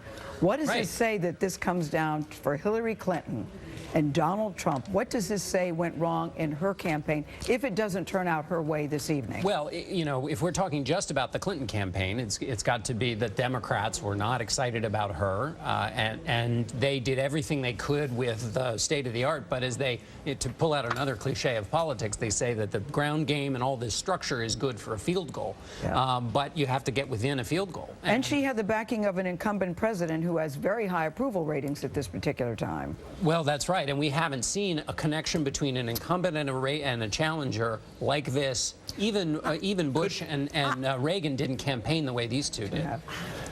I just think that that outsider versus insider, and those insiders who make a living trying to predict, turn out the vote, they are all scratching their heads tonight saying said that they got this totally wrong. The political science books are going to get rewritten. If my math is right, there's now 67 votes still on the board, still in play here. She needs 55. He needs 26. That shows you how close it is. Nobody campaigned harder for Hillary Clinton in many of these swing states in recent weeks than President Obama, and Margaret Brennan is at the White House for us tonight. Margaret? Well, a crowd has gathered here, Scott, but the silence from the White House is deafening. President Obama argued that the very fate of the republic, his words, hinged on this election, and he was on the stump for his successor more than any other president in modern history. Donald Trump, a man he called uniquely unfit for office, is going to deal Obama's historic presidency a serious blow. Clinton had promised that she would protect his signature achievement, Obamacare, which has been damaged in recent months. She had pledged to undertake immigration reform, roll out environmental protections, and defend that landmark nuclear deal with Iran, which Trump says he's going to tear up. Supreme Court nominee Merrick Garland doesn't look now like he'll get confirmed. That's going to leave us with a split Supreme Court. Trump said he's going to renegotiate Obama's free trade deal with Asia and other alliances. So this is going to make it very difficult on Monday when President Obama heads to Europe to try to reassure allies that America is going to stand by their defense, particularly considering that Trump has made friendly overtures to Russia. How is he going to explain this pledge to possibly start a trade deal with China? So this is going to be really difficult for the White House to explain away in the light of day. But Scott and Nora, President Obama said before the polls closed that when the sun rises, America will still be the greatest nation on earth. I think it's safe to say he didn't think he would wake up to this kind of result. Margaret, it sounds like, and it looks like, there's a really large crowd around the White House. What's going on? Well, Scott, there has been a crowd gathering over the past few hours, and it's gotten much larger just in the past 30 minutes or so. And you have seen more Secret Service move towards that front gate of the White House, just trying to protectively get things under control or watch for any threats. But you've got a mix here. You've got chants of Black Lives Matter. You've got anti-Donald Trump chants. You've got pro-Hillary chants. I see red, white, and blue balloons. There were some singing the American anthem and other patriotic sounds earlier. So it's sort of hard to, in many ways, pull through the gate exactly where sentiment is. It sounds just as confused as many of the political experts have been in predicting this outcome. Margaret, thanks very much. And on January 20th, there is going to be a new resident in the most splendid of all public housing in America there on Pennsylvania Avenue. It'll be interesting to see the world reaction to this result tonight, however it goes down. Especially, I think people will be surprised that it's gone so down to the wire. Secretary Kerry was saying the other day that parts of this election have just been downright embarrassing. I do think it is important to point out at this hour, it is 1:10. Yes. And the reason that we have not made a call is because this race is so close in so many of these states. And can still go either way. It can still go either way. And while Donald Trump has had a very good night, we're still looking very closely at a number of these counties that are coming in, and we want to bring you all of that data as it becomes available to us. It could go either way, but there are more ways for Donald Trump than there are for Hillary Clinton. Yes, you want to be, I mean, if you're Donald Trump and you're looking at Pennsylvania, Michigan, Wisconsin, you're seeing states in which the numbers are growing in your favor. in those states. And if you couple that with what has happened tonight, you know, the momentum of the moment is with him. So you would rather be Donald Trump in this scenario. And he's leading in the popular vote as well. Yeah, yeah. Now, as we talk about all these things, I want to remind you who are watching us right now that the moment any one of these states can be estimated in the favor of one candidate or the other, we will drop what we're doing. We will tell you instantly. You will be the first to know. Having said that, Charlie Rose has some insightful panelists for us to listen to right now. Charlie? Indeed we do, Scott. Michael Gerson of the Washington Post, Peggy Noonan of the Wall Street Journal, and Republican strategist Frank Luntz. I begin with Frank. Tell me, what do you think? This is inconceivable 5-6 hours ago. First, all exit polling should be banned. The fact is the numbers were wrong all the way across the table on state after state after state. The 5 p.m., the second wave got it wrong. Second, there is still a hidden Trump vote. People who refuse to tell pollsters who they voted for will not acknowledge it. And I think they're going to come out of the woodwork tonight. And third, how do you address that anger? Those are the people who really want to tear up, blow up Washington. They're going to have to figure out a way to work with them, with the House, the Senate. This is going to be the most chaos that we have seen in Washington in a long, long time. Your belief is that Trump has won? My belief, yes, I've had a chance to look at the counties. I believe that Trump will be the next president. Peggy. I think we should keep this in mind, tens of millions of Americans tonight who are experiencing this evening not only as a political event and a historical event, but as a spiritual event. They feel grateful. They feel they are rebuking a decayed establishment that has richly earned a rebuke in 25 different ways. Spoke to a friend of mine, a major Trump supporter, this evening. He told me, I just spoke to him, he said, I said, how did you react when you realized this was going to happen? He's a tough, hard-boiled guy, and he said, it was 9 p.m., and I burst into tears. He said, this is really going to be something. He said, but it's the right thing, we are certain. I leave it there. We often saw in this campaign, when the focus was on Donald Trump, his numbers went down. When the focus was on Hillary Clinton, her numbers went down. My question at this hour of this election day, was this a victory for Trump or a loss for Hillary Clinton? Was it about Trump or Clinton? Well, I think it's hard to argue that this isn't a victory for Trump. Yeah. I mean, his people came out in the right places, in the right numbers, and brought an extraordinary upset. One of the largest in American history. And I think that's all true. The largest political upset in American history if he goes on to win this. Yeah, I think that's certainly in true. Our lifetime, certainly. This is Dewey defeats Truman. This is since 1948. But I have to add, though, that this is also a validation of a certain kind of politics, more cruel, more ruthless, more personal than any I've seen in my lifetime. He has a huge burden, if he wins this election, to do some form of outreach, to say that this is a single country and not use groups to attack in that way. I don't know if he's capable of that, but every president has that, and this president more than others. If he wins, it's not only the biggest upset of our political memory, is it also the most transformative election because of who he was, how he campaigned, and what he did? Is it? I think that's fair. On foreign policy, this is a total change from the Reagan foreign policy. It's a change from the Bush foreign policy. I mean, it is a removal. It's almost like kicking away from the past 15 years, I think, is how Trump would see it. 50 years. And his supporters, I must say, you said Trump said he would do this, and it is a remarkable thing. His supporters, too, all along said they were going to accomplish what they accomplished tonight. It is quite an achievement. But the problem is, I've talked to his supporters a lot in the last year for your show. Right. They want revenge. They don't want cooperation. They don't want compromise. What does revenge mean for them? They want to get even with the people in Washington and Wall Street who did them down. But what do you mean, get even? Get even with the politicians who didn't listen to them. Get even with the businesses who've gotten rich and sent their jobs to foreign countries. Get even with a society that they think is turned against them. The one thing that the Trump people have in common is that they think they've lost their America and they want it back. There's also confidence in a Trump government.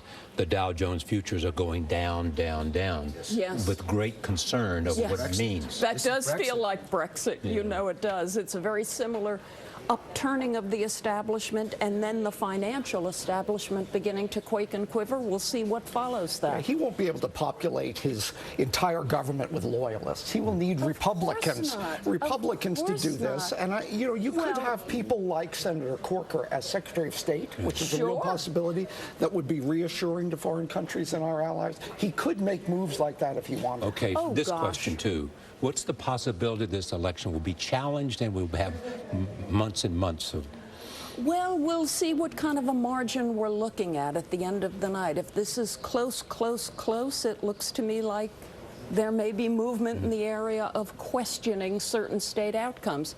If it seems more definitive than that, I would think it appropriate that it be accepted, and I would kind of expect that, although Mrs. Clinton is not someone who, she's like Trump in that neither of them would be quick to do a concession speech. So we'll see how that goes. This is not about them. This is about their voters, and their voters are going to protest. We see it tonight in front of the White House.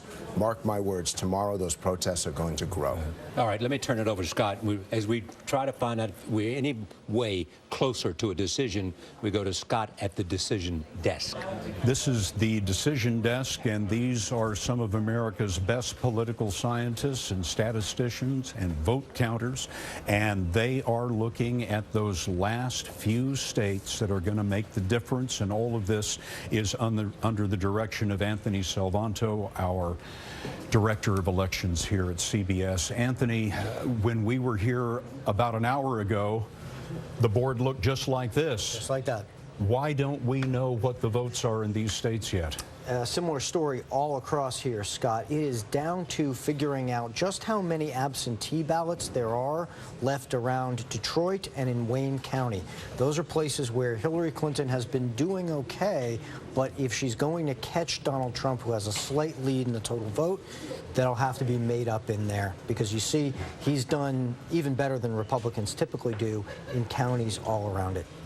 And in the remaining states in the upper Midwest? Yeah, it's a similar story in Wisconsin, where we're looking around Milwaukee. We're hearing reports that there are still ballots outstanding. Not everything has been counted in and around Milwaukee. That is critical. As you see, Hillary Clinton is winning there. The only question is, are there more ballots there that can help her catch up? Winning in Milwaukee County, but not in the state of Wisconsin overall. But not in the state of Wisconsin. This is still relatively close for the state if the rest of Milwaukee comes in. Again, you see, we've been seeing 99% in, but this is a story we've told all night, which is the turnout is so high throughout so many of these states that not everyone knows exactly how many ballots are still outstanding.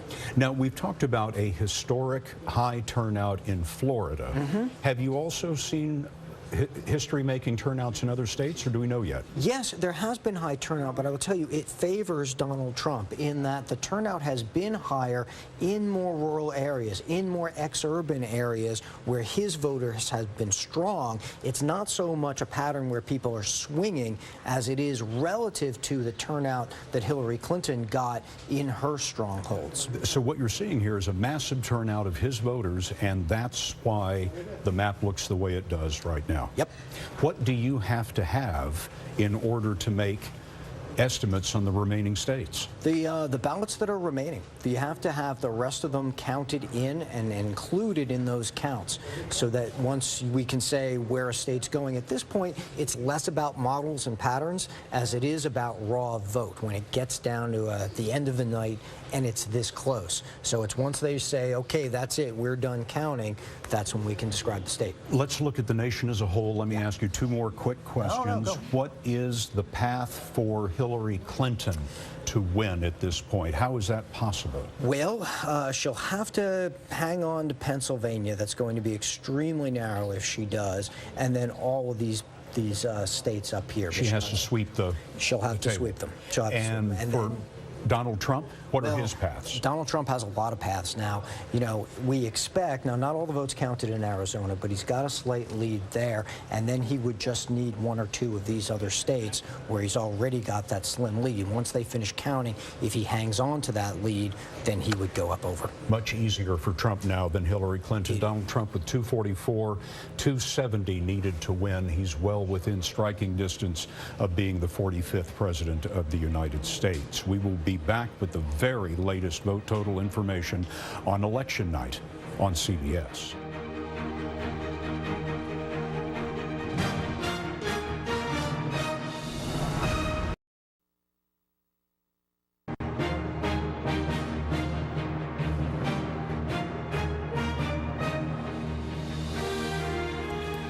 This is the closest presidential election I've covered, and I did cover the 2000 presidential election. In a number of states, we see extraordinarily close vote tallies. We want to go to Anthony Mason, who can explain what we are witnessing tonight. Anthony. Yeah, Nora, we wanted to look at the exit polls to see kind of what the recipe is for motivating Trump voters. And you could kind of, if you remember the 1976 film Network and Howard Beale, I'm mad as hell, I'm not going to take it anymore. It's kind of a Howard Beale coalition because 38% of Trump voters told us they're angry at the federal government. 93% said the country's on the wrong track. 77% said the fight with ISIS is going badly. 57% told us trade is taking jobs away. I remember going back a decade and covering the economy, hearing middle-class voters in Ohio tell me they felt that Washington protected the rich and protected the poor and forgot about them. And in the last 16 years, the median income in this country has not moved. That is a recipe for anger. Nora? All right, Anthony Mason, thank you. I want to go back. Looking at exit polls, yeah. Nora, if I could follow up on what Anthony said. One of the things that united the Trump voters is 74% of them said they want that wall, something that he announced on that very first ride down the escalator 500+ days ago. They want the wall. And who's going to pay for it? Mexico. All right, as he chants in those rallies. And then, of course, as we witnessed in the debate we covered, too, though, Hillary Clinton challenged him on whether Trump had the guts to bring it up. I think she used the word cojones with the president of Mexico about who would pay for that wall. We've got a lot more information ahead. We're going to take you inside these battleground states that we have yet to call. Also explain why some of them we're still calling a toss-up. It has to deal with some absentee ballots in some of these main cities in these battleground states. We'll have more straight ahead. CBS Election Night continues at 1:24 in the morning. There you go.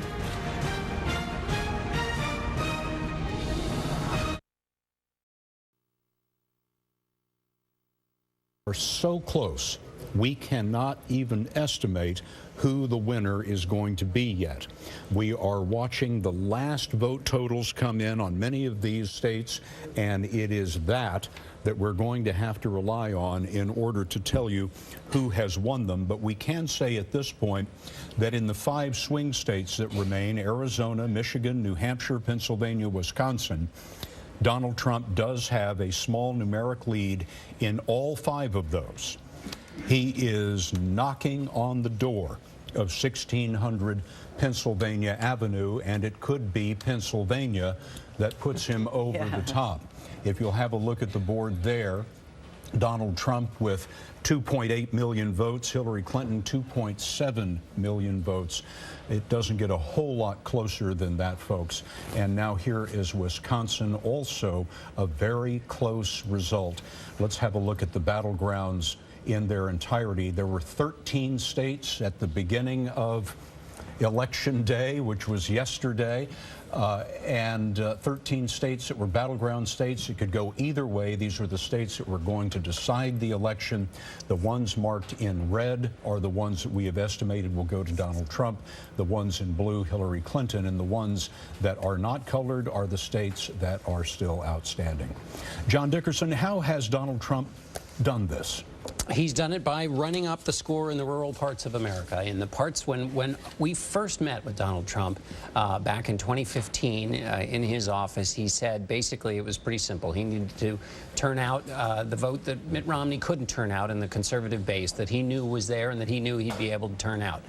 That's what he did. And the conventional wisdom, sorry, Gail, was that what the Republican Party had to do, must do in order to win, is bring in women, bring in African Americans, bring in Latinos. And Donald Trump has repudiated that and proven that that was not the case. That's right. There was a bit of a debate whether you had to do that immediately for this presidential election cycle, or whether you had to get on your way to doing it because the demographic changes would hurt the party in 2020. Well, he said, forget all that, and he went and did it his own way and found his own people to do it. He also said all along he didn't really need the GOP establishment to accomplish what he wanted to do, and he certainly didn't. And also, we should pile up all the things that were arrayed against him, including all of the ad spending by all of the Clinton team and all of their friends and allies, plus all of the celebrities, plus all of the other the media in the kind of popular media. The entertainers were against him. No, I mean, he had a lot going against him. He actually smirked at the Clinton campaign, I thought, the other day when he said, there's no J-Lo, no Jay-Z, no Jay-Z, no Katy Perry. It's just me, and I don't even sing. And look at the crowd that came just to see me. I tell you, it's a beautiful thing. I mean, and clearly that worked for him. He was right about that. Yes. We have talked about that money is the mother's milk of politics. In this race, Hillary Clinton raised and outspent Donald Trump by a lot. I looked at the numbers before we began the night. Hillary Clinton had raised about $1.3 billion, including state party committees. Donald Trump, it was about $800 million. She had about a $500 million advantage. She creamed him when it was on the airways during the summer. She way outspent him. You know, she was on the airways when he wasn't. So he's managed to do this well despite some of those structural advantages that favored the Democrat. About 6 hours ago, there were high spirits at the Clinton campaign headquarters here in Manhattan, but that has changed dramatically. Nancy Cordes is there for us this morning. Nancy?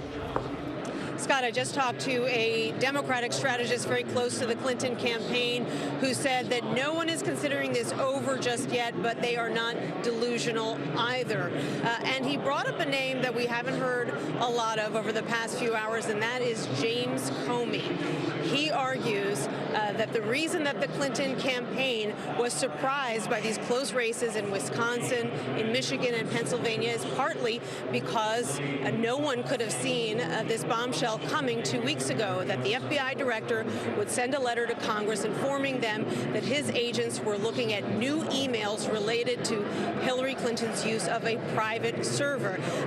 He and many other Democrats are going to argue that turned off a lot of white working class voters who were trying to decide at that point between Hillary Clinton and Donald Trump. And further, they argued that even though a couple of days ago Comey essentially sent another letter saying, never mind, we've looked at these emails, it doesn't change our fundamental understanding of the case, all that did was inject the email issue, which has always been a loser for her, right at the end of the race, essentially 1 day before Election Day.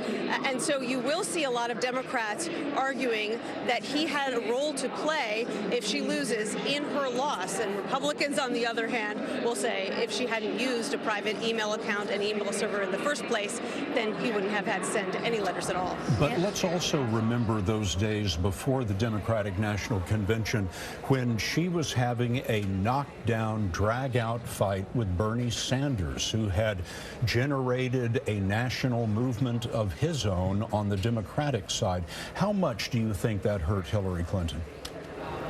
I think it was very difficult for her because during that race, Bernie Sanders tied her very closely to Wall Street over and over again. He called her the candidate of Wall Street, and that was something that hadn't been a huge problem for her historically, but that combined with all of the big speeches that she gave to Wall Street firms in the year leading up to her decision to get into the race really hurt her in a year that people were looking for outsiders and felt that she was the ultimate insider, perhaps beholden to big banks. And so he did come around, obviously, in the general election. He did get behind her, but he was always more convincing making a case against Trump than he was making a case for Clinton. And in some of these states, I think you will see that the margin of victory for Donald Trump could end up being very close to the number of votes that these third-party candidates racked up. And those are votes primarily coming from young people, from disaffected supporters of Bernie Sanders in many cases, who might have otherwise gone for Hillary Clinton. Loud and clear about the Comey letters and the problems that they may or may not have caused. But we had an exit poll about an hour ago that said 74% of the people that cast their votes today had made up their mind a month ago. Although when you look at the results tonight, I guess the exit polls don't hold a lot of credibility at this particular time. But they do say that the cake was baked in. Told us on CTM, CBS this morning, that he didn't think it had that kind of impact. Yes, he did say that. The interesting thing, too, is she had an array of surrogates. The president and the first lady, the former president, Elizabeth Warren, Bernie Sanders. Joe Biden. Joe Biden, all out for her. Donald Trump had nobody but himself. You know, while Robbie Mook did say it didn't matter at the time, there are going to be a lot of people in whose interests it will be if Donald Trump wins the presidency to argue that Comey did this in order to get themselves off the hook, to explain why it didn't work out, in order to make excuses. But Charlie raises a very good point, because he did say that right after. No, they don't think that that had any effect whatsoever. Now, in full disclosure, I was a philosophy major, not a math major in college. But I think for anyone at home trying to do this math, because we've all been sitting here trying to do it, I hope this is helpful. But as we put that up on the board, that Trump 244 and Clinton 215, these are the states that are remaining, that add up to 79 votes. Am I right, Bob? You've been doing right. We're my right. arithmetic teacher, Mary Hager, corrected my figures, and that's absolutely right. So this is where we're hanging, right in the middle. So we've got still a number of states here. Now, while some of these are edging to Donald Trump, we've got a number of them up on the board. We can talk about them. But this is where we stand now at 1:40 in the morning, and this is why we haven't called this race tonight. Nora, can I just say, you might not have been a math major, but you have very good penmanship. It's very easy to read. Thank you. It is the least likely possibility, but there's still a possibility of a tie.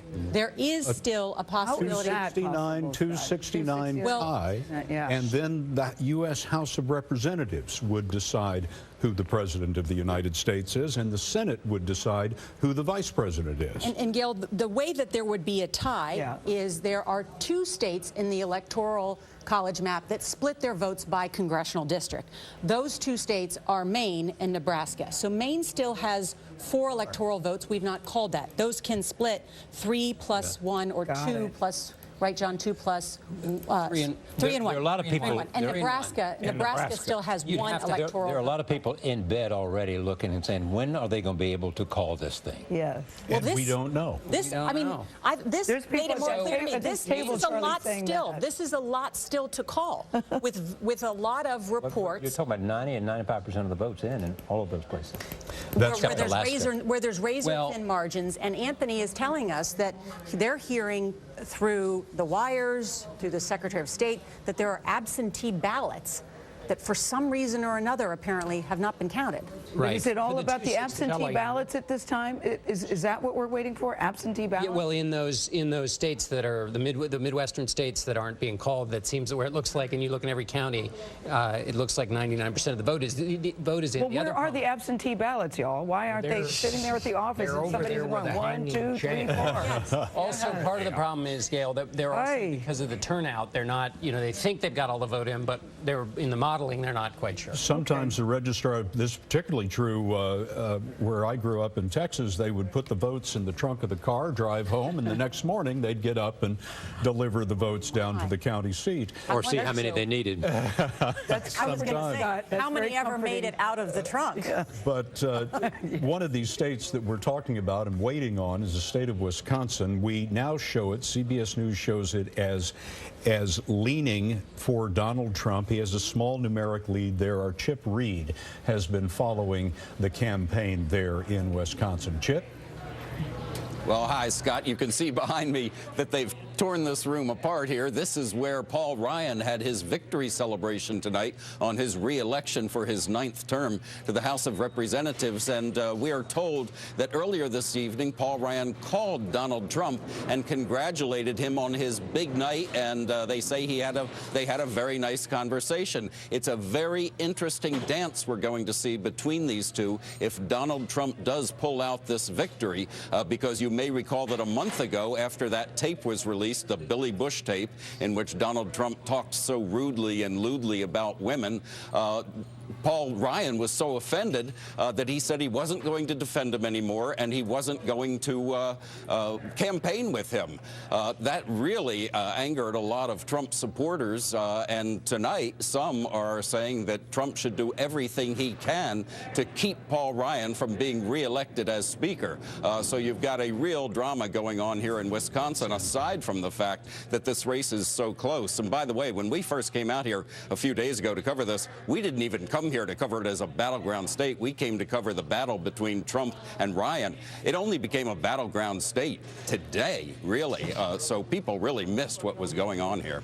Chip Reed in Wisconsin for us tonight. And also we should make note that the Democrats needed to pick up 5 seats in order to take control of the Senate, and they have failed to do that. The Senate will remain in Republican hands.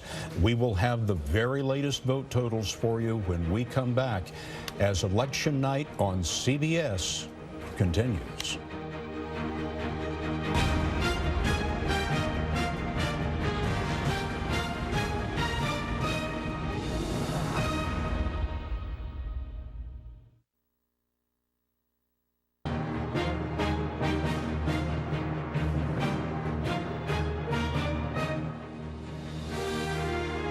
Okay, one more time from our experts. We got Mark Leibovich, Michelle Norris, and Ben Domenech, the publisher of The Federalist, from Aspen Institute, and from the New York Times.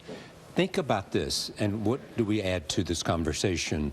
Donald Trump pivoting to governing. That is the question. I mean, this is someone who has not pivoted really to anything. I mean, it's been one of the more sort of overused buzzwords in this whole election. He never really pivoted to being a nominee. He did it his way. He's now going to get a chance to sort of do whatever it is his way. I think he's obviously promised a great deal. We'll see if he can deliver. In broad principles rather than laying out detailed programs. Yes, but I think tone is would be the first thing to do. I mean, how gracious would he choose to be if he is elected president? If he is winning, we can't forget that Chris Christie is his transition committee chairman. You have to remember that Donald Trump was elected by people who want him to bring change to Washington should he be elected. That's what they're looking for. Oftentimes, when presidents are elected, people see the pivot almost immediately. When Barack Obama was elected in 2008, people were in the room said they could see something immediately change in his voice and his demeanor. I don't know that you're going to see that from Donald Trump. That's not who he is. That's not, as Mark said, what we've seen throughout the campaign. The last time you had someone like Donald Trump rise to this level of office, it was Andrew Jackson, and he insulted all the people at the time too. Everyone clutched their pearls in Washington at someone who was coming in and who was wrecking the system. But the truth is that in this role, Donald Trump is going to have to turn to the advisors and to the supporters that we've seen around him over the course of the past several months for advice. People like former House Speaker Newt Gingrich and others who are going to give him advice on how to participate and run the actual office of the presidency. The question, from my perspective right now, is what is the very first note that he sounds? A conciliatory note where he says, we are not enemies, we must not be enemies, but friends. You know, it must be an approach that really makes clear to the American people that that he is not someone who is going to use the office of the presidency to engage in the kind of vindictive behavior that he has over the course of this election. I do think, I mean, there is sort of a choice, but not a choice, but there is humility and there's vindication. You have a sense that he will take his victory, if he were to win, as a sign that he can, you know, his way was the way to get him here. I think clearly anyone who's ever been elected president will say that a kind of just something comes over you the second it looks like you're going to be elected. There were so many things during this campaign that we said he cannot get beyond this. It almost began with the McCain comment all the way through what happened on the bus. He can't get beyond this. But it looks like he will. The ultimate I told you so administration. Although we have not been able to find his way yet to 270 votes. You know, it is a situation that is unprecedented in a lot of ways. I think there are a lot of Americans right now who are probably concerned about the direction that their country is taking. There are a lot of people who didn't support Donald Trump. But I think that it's incumbent upon us to be hopeful about the fact that a lot of Americans have come out and given voice to concern and to I think a rising level of frustration. But it's also incumbent on him to recognize the fact that there are great reservations, and an act of leadership is to reassure a nation. It's important. We are a nation of states. We're a nation. And you may not hear that from him, but you can, I mean, this is, for some people, this is a very scary moment. There are a lot of people, this feels like a thunderclap. And what you may see is that kind of leadership not necessarily coming from Washington, D.C., but coming from the states. The thing to keep in mind, though, is that while we may look at this as being a moment of chaos, and around the world and certainly in the markets, I think that they are looking at it that way. From the perspective of the people who voted for Trump, this was an act of democracy. This was an act of representative democracy, not chaos, not something that's throwing the system out, but something that sends the message that the system needs to change. All right, let's go back to Scott. Charlie, thank you very much. But wherever you are on Donald Trump's successes this evening, about 56 million Americans are happy about it, and 55 million Americans are not, those being the popular vote totals. Major Garrett is at the Trump headquarters tonight. Major? Scott, the crowd, and it may start this chant again, but just a few moments ago was bellowing, and it's a very lusty way. Call it, call it, call it. There is a sense in this Midtown Hilton, where Donald Trump has his victory headquarters, that they are on the cusp of victory, that they are on the cusp of this historic breakthrough, propelling Donald Trump, a political novice, no military experience, utterly unprecedented in the history of the American presidency, the 45th president of the United States. They believe that moment is coming very, very soon. And to pick up on the point of Charlie Rose's panel just a moment ago, yes, Trump voters do believe this is a radiant expression of their definition of democracy, their definition of what America is, what it ought to be, and what it can possibly be. And they believe Donald Trump is their best voice in achieving that. A couple of quick words about his approach to governing. I've been talking to Republicans on Capitol Hill. They are not necessarily optimistic, but they're sanguine about dealing with Donald Trump for one reason, and one reason specifically.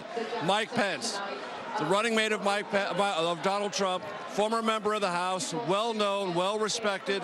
They expect Donald Trump to lean heavily on Mike Pence for many of his first legislative initiatives, specifically his promise to rapidly replace and repeal the Affordable Care Act. And who is one of Mike Pence's closest friends in the United States Congress? Speaker of the House, Paul Ryan. There is some great expectation, Scott, among Republicans I've been talking to tonight, that Mike Pence can be a bridge between Donald Trump and the Speaker of the House, and a productive one at that. Major Garrett, thank you very much, Major. Let us bring you up to date now on where the election is. What's taking so long? Well, it's just that close, and it really matters what some of these vote totals are, because they are so close in so many of the states. This is the Electoral College map that we have for you. Hillary Clinton, 215. Donald Trump, 244. Well within striking distance of the 270 that he needs to win. Those states that are in white are the states where the polls have closed, but still, after hours of counting, the race is so close in those states, CBS News has been unable to make a projection of the winner. Nora, take us through some of the individual states. Yeah, let me just show you this real quickly, why we are not able to call this race, because what races still remain on the table. Here is just my rough sketch of sort of Arizona, Minnesota, Wisconsin, Michigan, Pennsylvania, Maine, New Hampshire, Alaska, and one more in Nebraska. All those add up to 79 electoral votes. And of course, winning those states, the right number of those, getting you to 270 would win you the presidency. Two quick things before we go to the boards. Quickly, Secretary, we've not seen Donald Trump or Secretary Hillary Clinton yet tonight. Clearly they are behind doors with their closest advisors and their family looking at these results, and we are looking at these results, trying to figure out who is the winner tonight, who's going to be the 45th supporters seem president. to be getting antsy. Yes. The Clintons' campaign chairman, John Podesta, has left the Peninsula Hotel and is headed now to the Javits Center. So perhaps we'll get some sort of update from the Clinton campaign about what they see from these results. Now let's head to the states. Pennsylvania, which is the Keystone State and key to a Hillary Clinton win tonight. We see here that, well, it's narrowed since the last time that we looked at this. He had opened up a bit of a margin. Now we're back to less than 80,000 votes. One of the reasons that CBS News has not called this up until now, the last update I received was there was some question about some absentee ballots in and from the Philadelphia area. Let's take a look at Michigan.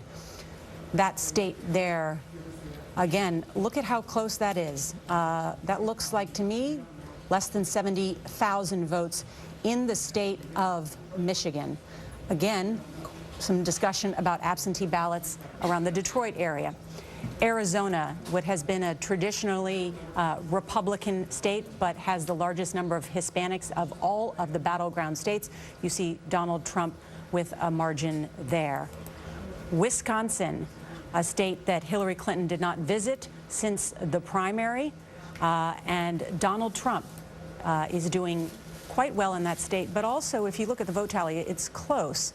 And New Hampshire, look at this, less than 4,000 votes in the state of New Hampshire. It's just 4 electoral votes. But had Al Gore won New Hampshire in 2000, he would have been president of the United States. Is Gary Johnson the spoiler for Hillary Clinton here? Gary Johnson, the independent candidate? We'll have to look in places like North Carolina and Florida, where he got some of the, certainly the younger vote, those 18 to 29-year-olds. We'll have to make sure and take a look at the margins and see if they're big enough. But just, you know, we started out the night saying that it was very difficult for Donald Trump to get his 6 different pathways. Now the narrative has completely flipped. It is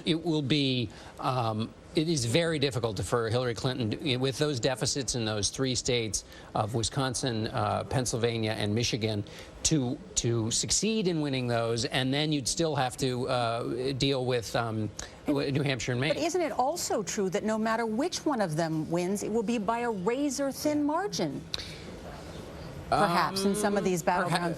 Perhaps, but because of the number, you know, if he were to win all of them, he'd be up in the 300 range on electoral votes, and that's, you know, once you go over 300, you get to start talking about a mandate. How likely is that, though, John, that he? Well, if he wins Wisconsin, Michigan, and Pennsylvania, that gets him over 300. But is that likely that he can do that? Well, he's up by at least 70,000 in all 3. So. But to Nora's point, in the popular vote, they're separated by 1%. Yeah. Out of 100 million votes, they're separated by 1 million votes. So that just shows you how narrowly divided the nation is. Elaine, what are you seeing? Well, Scott, so you mentioned Gary Johnson. Our team has actually been doing the math. And so with respect to Florida, for instance, under 130,000 votes separated these 2 candidates.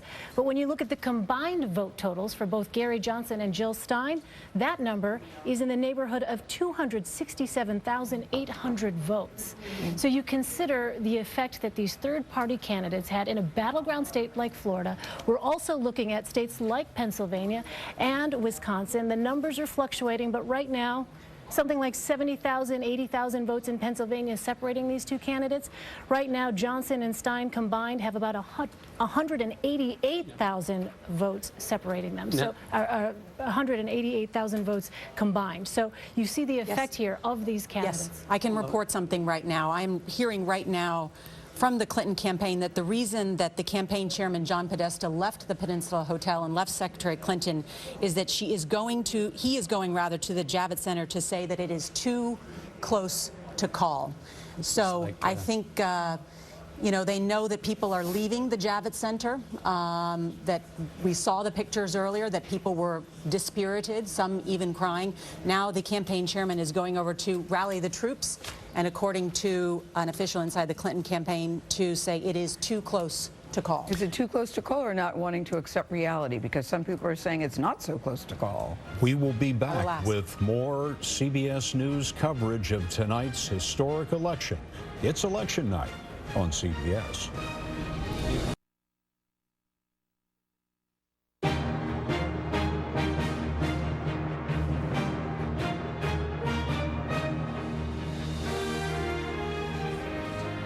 It's election night on CBS, and we have breaking news. CBS News has now made an estimate in the state of Maine. We are projecting that when all the votes are counted, Hillary Clinton will be the winner in the state of Maine with its 4 electoral votes. So that brings Hillary Clinton's total up to 218. Donald Trump 244, but still a very steep hill for Hillary Clinton to climb. Again, we're looking inside those additional states, and really the ones that have animated our conversation in particular involve Pennsylvania, Michigan, and Wisconsin, right? Do they have a similar electorate in those states? John? Yes, well, they do. It's that non-college, blue-collar population. What makes Pennsylvania a little bit different, I mean, Pennsylvania and Michigan, the coalition for Hillary Clinton would have to be African Americans plus those suburban college-educated women. In Michigan, she only won it by 5 points, college-educated women. So that's not a huge amount for her. Whereas in Pennsylvania, she's up by 14 points with college-educated women. So she would have wanted a bigger margin with that group. By the way, giving her Maine, it continues allowing the possibility of the screenwriters 269 to 269 electoral college tie. Since we just called Maine for Hillary Clinton. The Clinton team and watch party was assembled at the Javits Center here in New York, just 2 miles away from where the Trump team was gathered. The Clinton team choosing this place because the Javits Center, which is a convention center in New York City, has a glass ceiling. The Clinton team wanting to make the symbolism there that to place cracks in the glass ceiling. That has not occurred as of 2 o'clock in the morning on the East, and so the Clinton campaign chairman John Podesta has left the hotel, and here he is to address the crowd. Let's listen. Thank you. Well, folks, I know you've been here a long time. And it's been a long night, and it's been a long campaign. But I could say we can wait a little longer, can't we? They're still counting votes, and every vote should count. Several states are too close to call, so we're not going to have anything more to say tonight. So listen to me. Everybody should head home. You should get some sleep. We'll have more to say tomorrow. I want you to know, I want every person in this hall to know, and I want every person across the country who supported Hillary to know that your voices and your enthusiasm means so much to her and to Tim and to all of us. We are so proud of you.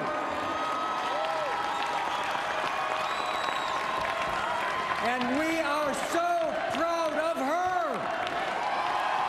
She's done an amazing job, and she is not done yet. So thank you for being with her. She has always been with you. I have to say this tonight. Good night. We will be back. We'll have more to say. Let's get those votes counted, and let's bring this home. Thank you so much for all of you have done. You are in all of our hearts. Thank you. The Clinton team had written a victory speech for this party on this night, and we have just witnessed John Podesta telling everyone to go home, that there will be no victory speech or concession speech from Hillary Clinton tonight, and that they're going to wait it out until sometime tomorrow. Not only, Scott, had they had a victory speech planned, but last week it was announced that they had had a fireworks display planned, and then that was canceled this week. I think they thought better of, well, maybe that doesn't send. They got hammered for announcing that. And then there was a problem, they said, with the permit, so that was scrapped. But it's so interesting. There was so much time spent on, I didn't see one interview with Donald Trump or one of his surrogates. If it doesn't go the way he planned, will he graciously concede Every interview with Donald Trump or anybody associated with him asked that question. Well, but I mean, that was the question going into the night. Yes. You know, if it was close, would one of the candidates not concede? I think most people thought that would be Donald Trump. It turns out it's the Clinton campaign. I mean, but this you're not is saying not. she should concede while there's still votes on the table. Yeah, exactly. No, I don't mean that. But I mean the irony of what we're seeing unfold tonight. I mean, you know, Bob, have you ever seen anything like this? Well, I was the one who said yesterday, you know, the way this thing is going, the next thing it'll happen, it'll rain frogs. Well, it's looking like frogs. Well, ribbit. 2004, John Kerry took a little while to get his to concede. So, I assume what they're doing also is figuring out whether there's a challenge they can make if in fact they're losing and look at it, and they'll have a few hours to make that and look at the votes and say, here's a way that we can challenge it if we want to. Yeah, I don't have access because we're all staring at the numbers, whether there have been a discussion about legal challenges in some of these states. I have not heard one at this particular point, but I think what we are seeing is these razor thin. But how extraordinary to have. We're not going to hear from Hillary Clinton tonight. Yes. One of the scenarios tonight was that this country would elect its first woman president as the 45th president, the first female commander-in-chief. We're not going to hear from her. I think the next question is, will we hear from Donald Trump? Well, I'll bet you nobody from the Donald Trump campaign is thinking about going home. And I'll bet there are no charges tonight of a rigged election over at the Trump campaign headquarters. Nancy Cordes is in the rapidly emptying Jacob Javits Center for us tonight. Nancy? Well, Scott, it looks like people are heeding John Podesta's advice and filing out. You can see some people are crying. Some people just look kind of stunned. And I think the Clinton campaign itself is trying to figure out what to do next. Does Hillary Clinton stay here in Manhattan or go home to Chappaqua? If they say something in the morning, what do they say?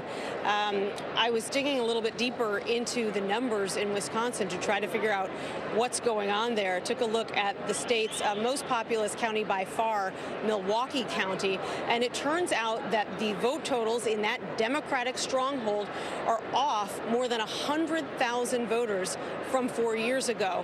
Hillary Clinton won the county by just about as large of a percentage as President Obama did. She beat Donald Trump there by 32%, while President Obama beat Mitt Romney there by 34%. But she was just starved of the votes that she needed in that county to offset Donald Trump's totals in more rural parts of the state. So the question becomes, was it complacency on the part of voters there? Was it disaffection with Hillary Clinton? Was it a second-rate ground game in a state that the campaign thought wasn't going to be competitive, that they thought they had in the bag based on past Democratic performance there? It's probably a little bit of all of the above. They're not ready to throw in the towel yet, clearly. You heard John Podesta basically say, you know, let's find out what happens in the morning. But it's incredibly discouraging for a campaign that, if anything, was known for a superior ground game and had all the money in the world to air ads, to hire staffers in any state that they thought was going to be a challenge.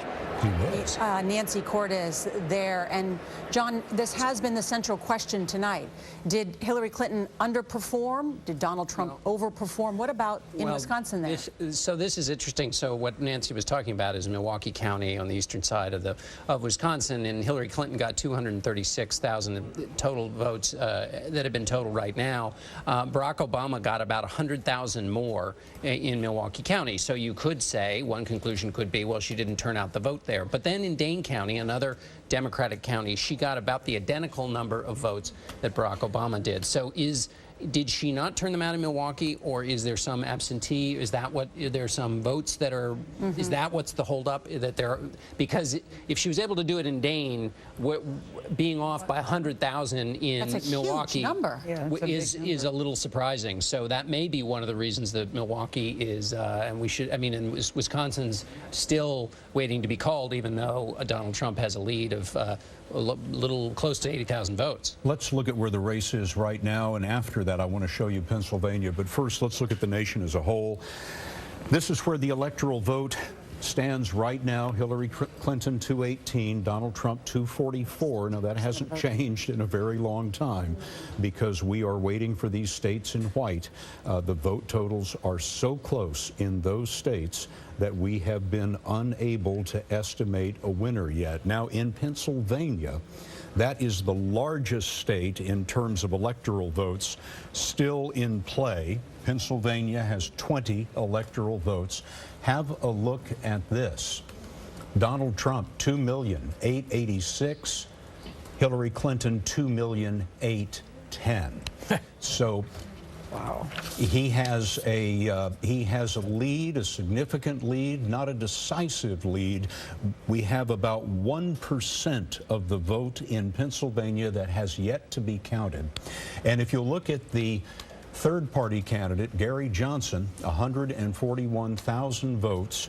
Had those swung Hillary Clinton's way, she would be winning Pennsylvania, and that would perhaps save her chances to become the 45th president of the United States. But that is not the way it has worked out. Donald Trump now has slender numerical majorities in all 5 of the swing states that are outstanding. He only needs to win, depending on the state, 2 or 3 of these. Hillary Clinton would have to win nearly all of them. And with Donald Trump leading in those states, that seems very unlikely. Bob, are we anywhere close to calling any of these really close ones right now? We may be inching closer to it, Bob. John, do you have any insight on that? I think we have to talk to Anthony. Wisconsin had a record absentee ballots. Milwaukee County would be one where you would have probably a lot of absentee ballots. The fact that the count in Milwaukee is so down from Obama 12 suggests that that would be a good place for exploration with Anthony. Anthony Salvanto, our director of elections, who crunches all these numbers with his team for us over there. But Scott, have any of you ever seen a case like this? I know we've been saying this all night. We've never seen, where one candidate just says, "I'm going home," while the others are still saying, wait, we're going to sit and count. Have you ever seen anything like that? Gore did it. Well, Gore did it, of course, but then the other candidate stayed. 04. Remember, there was in Ohio, as I recall, in 2004, there were long lines. There were charges that the vote wasn't counted, and there was kind of a discussion about Ohio in 2004, which extended. In fact, I think I was covering the White House. I remember going up to the family residence at like 2 o'clock in the morning. John Kerry didn't give his concession speech in 2004 till Wednesday afternoon. So, so this is not that far in the past that that this happened. Well, I take it we're not going home for a while. Apparently not. I mean, no matter what John Podesta says, we're going to be right here. For $1, we're technically, we can just do CBS this morning, right? I know. I mean, yes, technically, you got the table. Why not? And it's CBS this morning. Yes, we'll be on the air shortly. Major Garrett is at the Trump campaign for us tonight. Major, I assume they're still hanging in there. Oh yes, everyone's hanging in here. They're waiting for the moment. And when John Podesta, the chairman of Hillary Clinton's campaign, was shown on the large screens here, there were the lusty boos. You would expect that. But then the chant came. The chant I've heard 100 times if I've heard it once. Lock her up. Lock her up. There is, I think we should point out, if there isn't a concession from Hillary Clinton tonight, and clearly there will not be, and if it drags on into the morning, there will be friction between these two campaigns as a result of Hillary Clinton's decision not to appear, number one, and number two, not to concede. Now, what is Donald Trump going to do with tonight's results? They're waiting for Pennsylvania, Wisconsin, and Michigan to be called, and called definitively. They feel very good about all 3 states. I just received a text from former Governor Corbett of Pennsylvania, who said he is certain, based looking at all the results, 99.24% of the vote in, that Trump is going to win Pennsylvania. But the Trump campaign is waiting for those definitive calls. Ironically, by the news organizations he heaps so much condemnation on when he's out on the stump. One other bit of irony. Those in Trump's inner circle find it rich, deeply rich in irony, that tonight, or this morning rather, at this precipice of the presidential election possibly leaning in Donald Trump's direction, it is Hillary Clinton who is showing hesitation about accepting the result, not Donald Trump. We all remember what ensued after the third debate when he left that an open question. The Trump inner circle finds that among the most richly ironic aspects of this early morning on Wednesday. Major Garrett at the Trump headquarters for us. Believe us, folks, the moment we can make a projection on any of these races, we're going to do it, and you're going to be the first to know. But the vote totals are so close in these remaining states that we are unable to do that yet. However, we will keep trying on the other side of this commercial break. It is election night on CBS.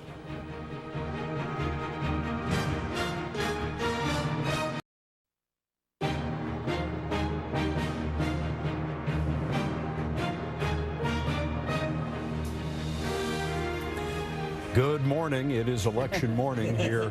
Good morning. On CBS, and we are still waiting for a few states to come in. Donald Trump is leading by small margins in these states. If he wins 2 or 3 of them now, he will be the 45th president of the United States. Let's have a look at Wisconsin. This is one of the states that we are projecting is leaning Donald Trump's way, but we're unable to project him as the winner because the vote totals just aren't there yet. There he is, 1,385,000 votes. Hillary Clinton, 1,309,000 votes. And it is the same story in Pennsylvania, Michigan, Arizona, New Hampshire, very close vote totals. Let's have a look at Pennsylvania. There is Donald Trump with 2.9 million, Hillary Clinton with a little over 2.8 million. 97% of the votes counted in Pennsylvania, just a few outstanding, still a little bit too close to call. Pennsylvania is the largest state outstanding at this point, and if Pennsylvania goes Donald Trump's way, which it appears to be heading that way, it is all but over for Hillary Clinton tonight. Michigan as well. You see the numbers for Michigan quite It is, close. and yet our decision desk still has Pennsylvania and Michigan as toss-ups at this hour, as well as New Hampshire. Wisconsin is leaning Republican, and Arizona is leaning Republican, but Michigan, New Hampshire, Pennsylvania, still toss-ups, according to the CBS News decision desk, which we're showing right now, is they are all looking very closely at those numbers. Yeah, the jackets have come off because it's like it's hot in here already all of a sudden. But, you know, I feel like someone needs to find Alanis Morissette's song, Isn't It Ironic? Because we started off the beginning of the evening, you know, all those hours ago, saying people are anxious, at least the wait will be over. By the end of the night, we will know something. And now as we sit here at 2:32 Eastern Time, we still don't really know. Yeah. You're looking at Trump campaign headquarters, their watch party tonight, and Major Garrett is there for us. Donald Trump is expected at any moment. Yeah, Donald Trump is here. The top advisors to his campaign are beginning to make their way toward the center of the stage. Sarah Palin, an early endorser of Donald Trump, John McCain's running mate, is here inside the Hilton in Midtown Manhattan. We are told that Donald Trump will be out momentarily. We don't know exactly how many moments from now, but sometime in the very near future. And because there's not a concession from Hillary Clinton, he will not declare absolute victory, we are told, but talk about the direction he sees, and the numbers in all of the states still outstanding point very favorably in his direction, and that he wants to thank his supporters and talk about this moment and bask a little bit in the improbability of it all, but also tell the country that he's going to wait, see how the numbers come in, and when the news organizations declare him the victor at some point, and the propriety of a concession from Hillary Clinton, should it come, is carried out, then he will declare himself the winner. So in that sense, you can begin to see in the emerging possibility of a President-elect Trump a deference to the methodology, the long-standing process of working through a presidential election, a hard-fought one, and a closely contested one. but Trump does want to enjoy this moment and share it with his supporters and give the country a bit of a glimpse about what he sees and what he expects in the coming hours. And I made a reference to this a moment ago, but I really do think it's worth pointing out. Every day that Donald Trump gives a speech, he heaps scorn on the dishonest, lying media. I find it ironic that at this moment, what is holding Donald Trump back from declaring himself the next president of the United States is that very same media going through the numbers meticulously, accurately, probingly to declare him the winner. Major, thank you very much. And we are not holding back, folks. Believe me, none of us want to be sitting here at 3 o'clock in the morning. Sure we do, Scott. Our decision desk is going over these numbers, as Major said, meticulously. We just want to make sure that we make these estimates correctly for you. And so we are still counting the last votes in some of these states that are so close. You know, what a difference 6 or 8 hours makes. The Hillary Clinton watch party early this evening filled up with high spirits. They were expecting to win. They thought it was going to be a walk, perhaps. The Trump campaign watch party was much more somber in the beginning. They were afraid they were going to get clobbered. And then slowly, as the night progressed, it dawned on both of them. Right. Donald Trump with 245 electoral votes and Hillary Clinton with 218. And we should point out, as we also look at the popular vote and Donald Trump leading in the popular vote, that if we return to the map of the United States, we still have a number of states that are not blue or red. As you can see, Arizona, Minnesota, Wisconsin, Michigan, Pennsylvania, and New Hampshire. Those are battleground states. Those are the states that our decision desk are looking at. That's why Hillary Clinton's campaign chairman said go to sleep. Donald Trump will have something else to say about that shortly. But these are the states why we're still sitting here at 2:35 in the morning. You know, it's so interesting how evenly and closely divided our country is. You saw that popular vote. It really hasn't changed in terms of the difference all night long. Donald Trump has been ahead by 1 million votes out of 100 million cast, round numbers. In other words, he's been ahead by 1%, and that has really been the case over the last several hours. It hasn't changed much at all. You know, I remember, Scott, when we assembled here at 5:30, seemed like a long time ago, of yesterday, and we looked for the word to describe what the exit polls suggested to us, and the word we just used and decided on was tight. It could not be any tighter. And the other thing we noticed, Charlie, you'll remember in those early exit polls was that a large percentage of voters, almost 40%, said the most important thing to them was change. And the single most important thing. Early in the evening, that gave us a clue about which way this was headed. But it was also a little bit of a fooler, because then on judgment and who you thought could handle the office, it added up to the balance of change. So all of which were attributes that Hillary Clinton has and won. We've had an incredible team of reporters that spoke with people as they voted. We polled those who voted early, so we have a sense of the mood of the electorate. That has been these exit polls. And if you look at sort of what happened with Clinton tonight, she underperformed Obama 4 years ago amongst a number of groups. 18 to 29-year-olds, she got about 54% of the vote. Obama got 60% of the vote. And it goes on. Even among black voters, she got 88% of the black vote. Obama got 93%. So, Nora, when she underperformed, did he overperform? Did all those people go to him? Is that what happened here? Yes, and it also, the case may be, too, that the third-party candidate took part of... You could see where the third-party candidate would make a difference in some of these battleground states. But his turnout in Republican counties was very high. That's right, and she may have turned out in some places, but just not enough. I mean, Florida is again another good is the best example. He turned out high, and then she turned out. I mean, she turned out, and then he turned out even higher. She just never seemed to generate excitement. I think that is the thing we really haven't talked about here. But from the start of her campaign, it did not seem spontaneous. It did not seem, it seemed almost rehearsed, everything that she did. And I mean, the fact is, in the beginning, anyway, she was just simply not a very good candidate. I mean, she just didn't seem to stir up a lot of excitement, especially among young people. They were going for Bernie Sanders. They were getting excited about Bernie Sanders. Young women were going for Young Bernie women. Sanders. You never really saw that in the Clinton campaign. I had a chance to talk to millennials for about 2 hours, a group of 30 of them recently, and one of the things that a Gary Johnson supporter said about Hillary Clinton is that people don't talk about the fact that she's part of the 1%. And for him, that was a big issue because he felt as though both candidates, major party candidates, could not identify with his own economic struggles. And that was something that was a deciding factor for him. No, this evening is not turning out the way most people thought it would, other than unless you're a member of the Trump campaign.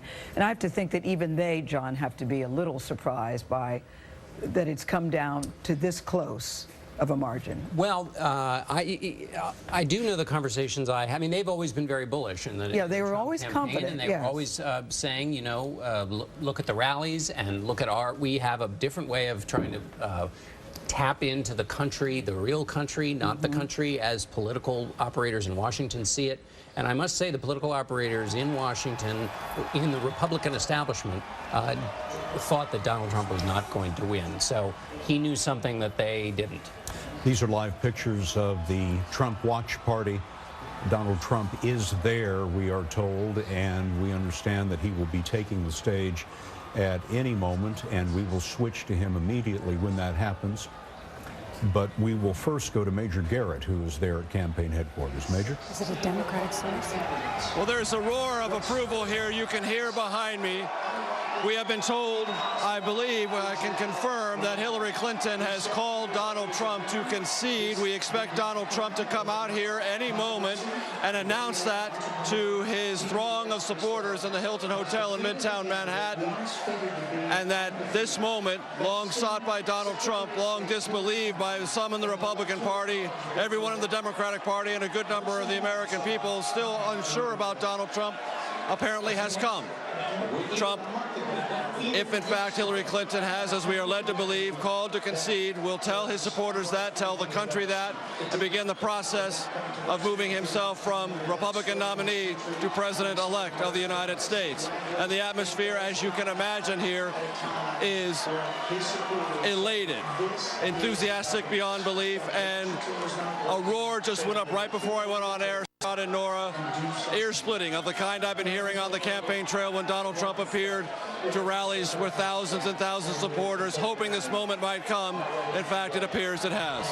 Now, we want to emphasize, Major, of course, that though word there is that Hillary Clinton has called Donald Trump to concede, we do not have confirmation of that from the Clinton campaign. And of course, the way the vote totals are right now, Donald Trump has not quite won the presidency tonight. He's at 245 electoral votes. He needs 270. These states that are remaining certainly are leaning his way. There's no question about that. But we were told earlier that Hillary Clinton's people were going to take the rest of this morning and wait until tomorrow morning to have any more to say about all of this. We are waiting for Donald Trump to come out onto the stage, and the moment he does, we'll be sure to go to him. And I sure would like to know when she... And Arizona, we are now calling for Donald Trump. CBS News estimates that when all the votes are counted, Donald Trump will be the winner in Arizona. That will give him 2 more electoral votes. So that now brings our vote totals to Hillary Clinton 218, Donald Trump 256. He only needs to get to 270. And there are a few more states like Pennsylvania, Wisconsin, and Michigan that are still outstanding. But Donald Trump is leading in those states. So it may just be a matter of time, maybe just a few more minutes now before this is all done. So All he needs is 14, right? To get to 270. That's right, Bob. That's all he needs is 14. Pennsylvania alone would do that for him. Michigan alone would do that for him. And here comes Donald Trump. Sounds like they just introduced Mike Pence. And his wife, Karen. There's Mike Pence. Mike Pence and his family. We would expect Donald Trump next, and probably pandemonium to follow him onto the stage. CNN projecting Trump wins Wisconsin.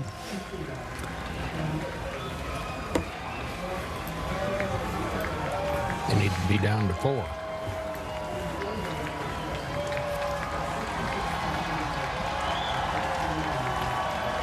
Well, they have reason to celebrate at those headquarters tonight.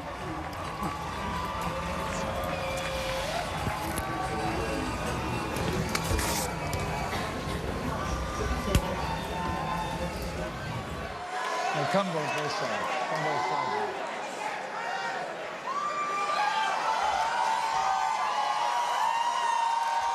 This is a historic night.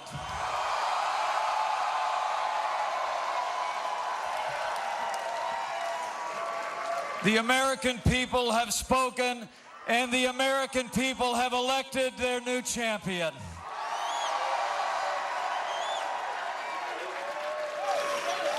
America has elected a new president, and it's almost hard for me to express the honor that I and my family feel that we will have the privilege to serve as your Vice President of the United States of America.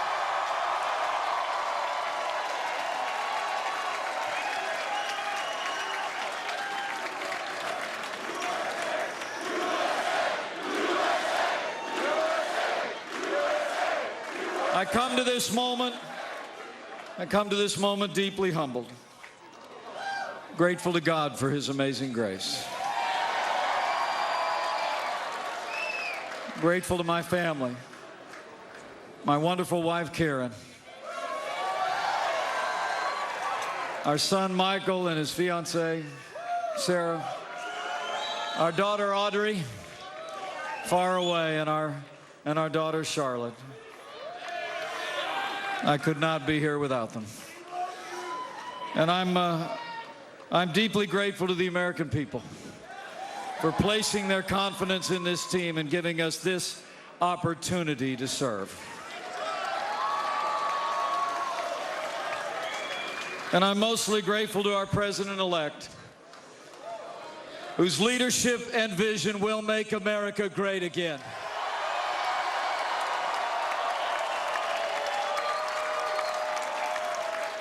So let me say, it is my high honor and distinct privilege to introduce to you the President-elect of the United States of America, Donald Trump.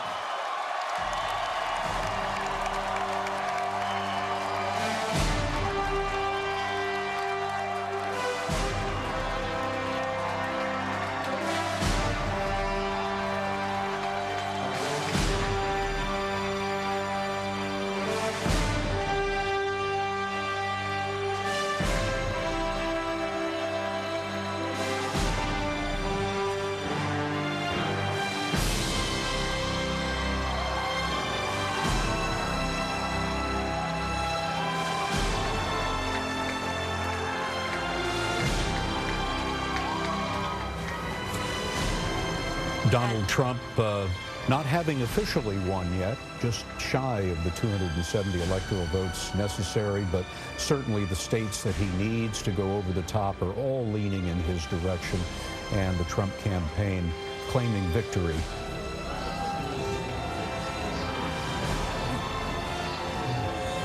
CBS News has just projected the state of Wisconsin will also go Trump's way. No big surprise there. That brings him to 266, 4 short of what he needs to win the election, but certainly, as we said before, many of these outstanding states are leaning his way. There doesn't seem to be any mystery in this anymore as Donald Trump takes the stage in front of his fans and all of his campaign workers there at his watch party in Manhattan. CBS News has not yet called the election as we are waiting for the vote to come in a number of states, but Mike Pence has just declared victory and introduced what he said is the next president of the United States, Donald Trump, who has never run for political office, and in his first bid for office, he has managed to capture 266 electoral votes and is on his way to winning the presidency. He became a Republican in 2012. And here is Donald Trump. Yes. Thank you. Thank you very much, everybody. Sorry to keep you waiting. Complicated business. Complicated. Thank you very much.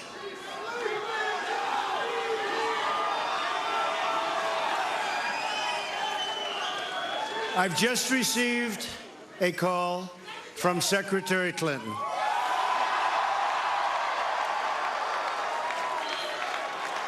She congratulated us, it's about us, on our victory. And I congratulated her and her family on a very, very hard-fought campaign. I mean, she fought very hard.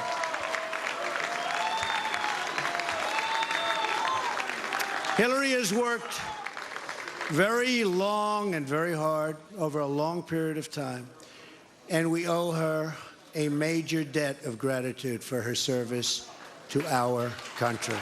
I mean that very sincerely. Now it's time for America to bind the wounds of division. Have to get together. To all Republicans and Democrats and independents across this nation, I say it is time for us to come together as one united people. It's time.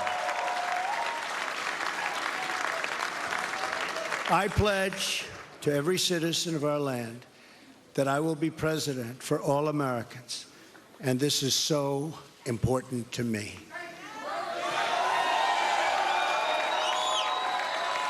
For those who have chosen not to support me in the past, of which there were a few people,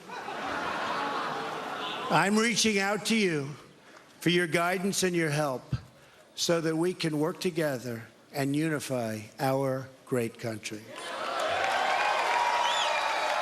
As I've said from the beginning, ours was not a campaign, but rather an incredible and great movement made up of millions of hardworking men and women who love their country and want a better, brighter future for themselves and for their family. It's a movement comprised of Americans from all races, religions, backgrounds, and beliefs who want and expect our government to serve the people, and serve the people it will.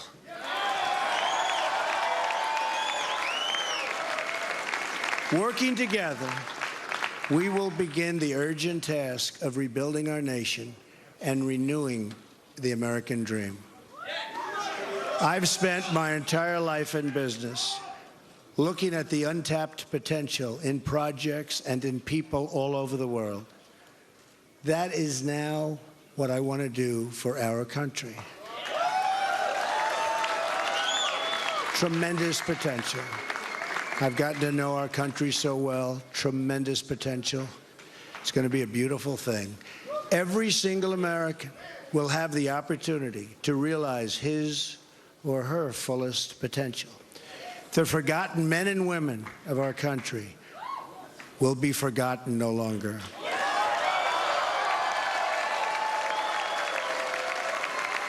We are going to fix our inner cities and rebuild our highways, bridges, tunnels, airports, schools, hospitals. We're going to rebuild our infrastructure. which will become, by the way, second to none. And we will put millions of our people to work as we rebuild it. We will also finally take care of our great veterans. We've been so loyal, and I've gotten to know so many over this 18-month journey. The time I've spent with them during this campaign has been among my greatest honors. Our veterans are incredible people. We will embark upon a project of national growth and renewal. I will harness the creative talents of our people, and we will call upon the best and brightest to leverage their tremendous talent for the benefit of all. It's going to happen. We have a great economic plan. We will double our growth and have the strongest economy anywhere in the world. At the same time, we will get along with all other nations willing to get along with us. We will be. We'll have great relationships. We expect to have great relationships. No dream is too big, no challenge is too great. Nothing we want for our future is beyond our reach.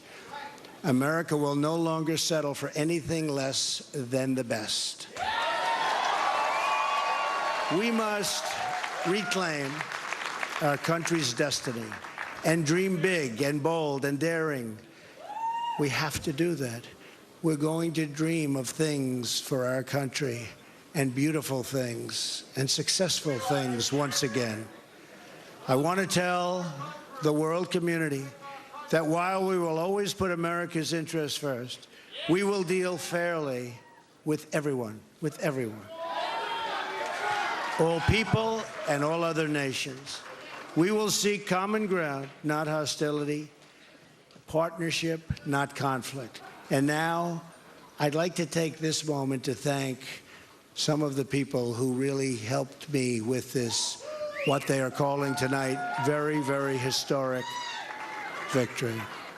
First, I want to thank my parents, who I know are looking down on me right now. Great people. I've learned so much from them. They were wonderful in every regard. I had truly great parents. I also want to thank my sisters, Marianne and Elizabeth, who are here with us tonight. And where are they? They're here someplace. They're very shy, actually. And my brother Robert, my great friend. Where is Robert? Where is Robert? My brother Robert. And they should all be on this stage, but that's okay. They are great. And also my late brother, Fred, great guy, fantastic guy. Fantastic family. I was very lucky. Great brothers, sisters, great, unbelievable parents. To Melania and Don.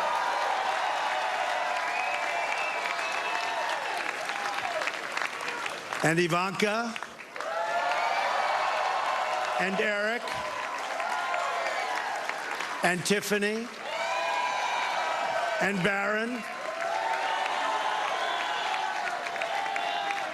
I love you and I thank you, and especially for putting up with all of those hours. This was tough. This was tough. This political stuff is nasty and it's tough. So I want to thank my family very much. Really fantastic. Thank you all. Thank you all. And Lara, unbelievable job. Unbelievable. Vanessa, thank you. Thank you very much. What a great group. You've all given me such incredible support, and I will tell you that we have a large group of people. You know, they kept saying we have a small staff. Not so small. Look at all the people that we have. Look at all of these people. And Kellyanne, and Chris, and Rudy, and Steve, and David.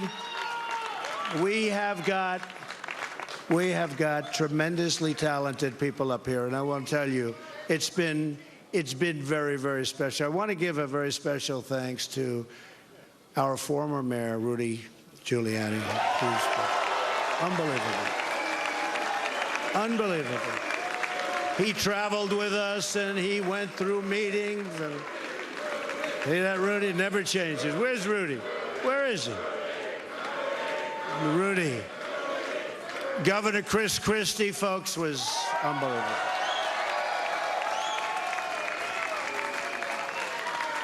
Thank you, Chris. The first man, first senator, first major politician, and let me tell you, he is highly respected in Washington because he's as smart as you get. Senator Jeff Sessions. Where's Jeff?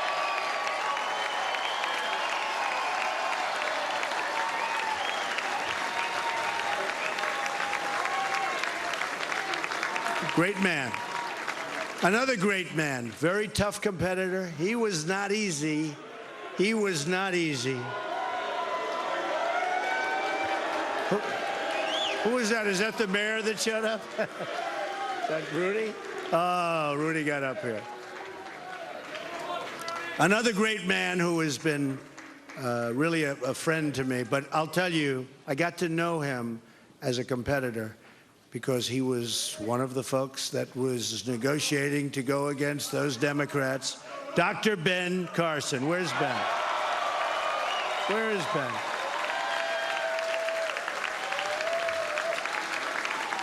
And by the way, Mike Huckabee is here someplace, and he is fantastic.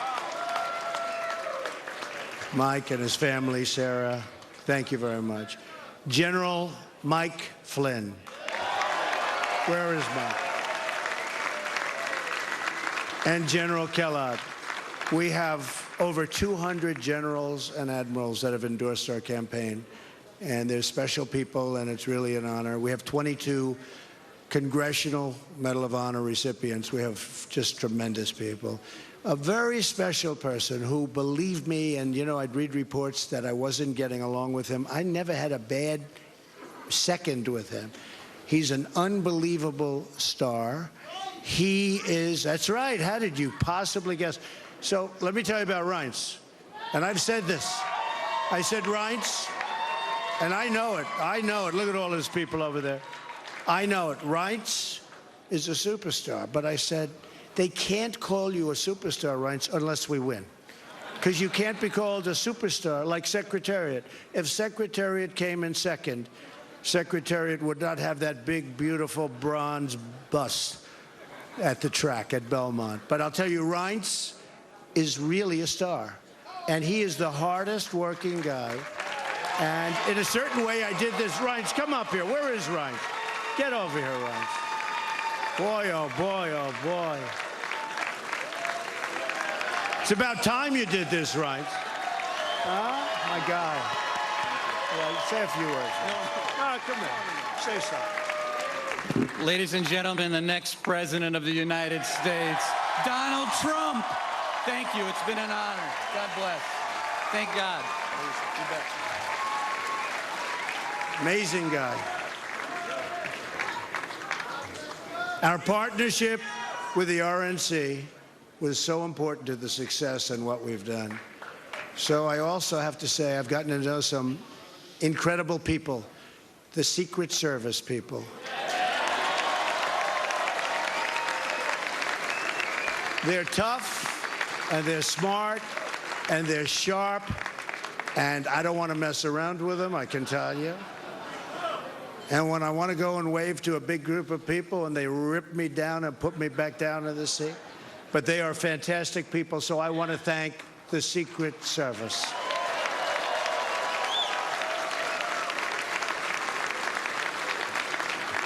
And law enforcement in New York City, they're here tonight. These are spectacular people, sometimes underappreciated, unfortunately, but we appreciate them. We know what they go through. So it's been what they call a historic event. But to be really historic, we have to do a great job. And I promise you that I will not let you down. We will do a great job. We will do a great job. I look very much forward to being your president. And hopefully at the end of 2 years or 3 years or 4 years or maybe even 8 years, You will say, so many of you work so hard for us, but you will say that that was something that you were very proud to do, and I can thank you very much. And I can only say that while the campaign is over, our work on this movement is now really just beginning. We're going to get to work immediately for the American people. And we're going to be doing a job that hopefully you'll be so proud of your president. You'll be so proud. Again, it's my honor. It was an amazing evening. It's been an amazing 2-year period. And I love this country. Thank you. Thank you very much.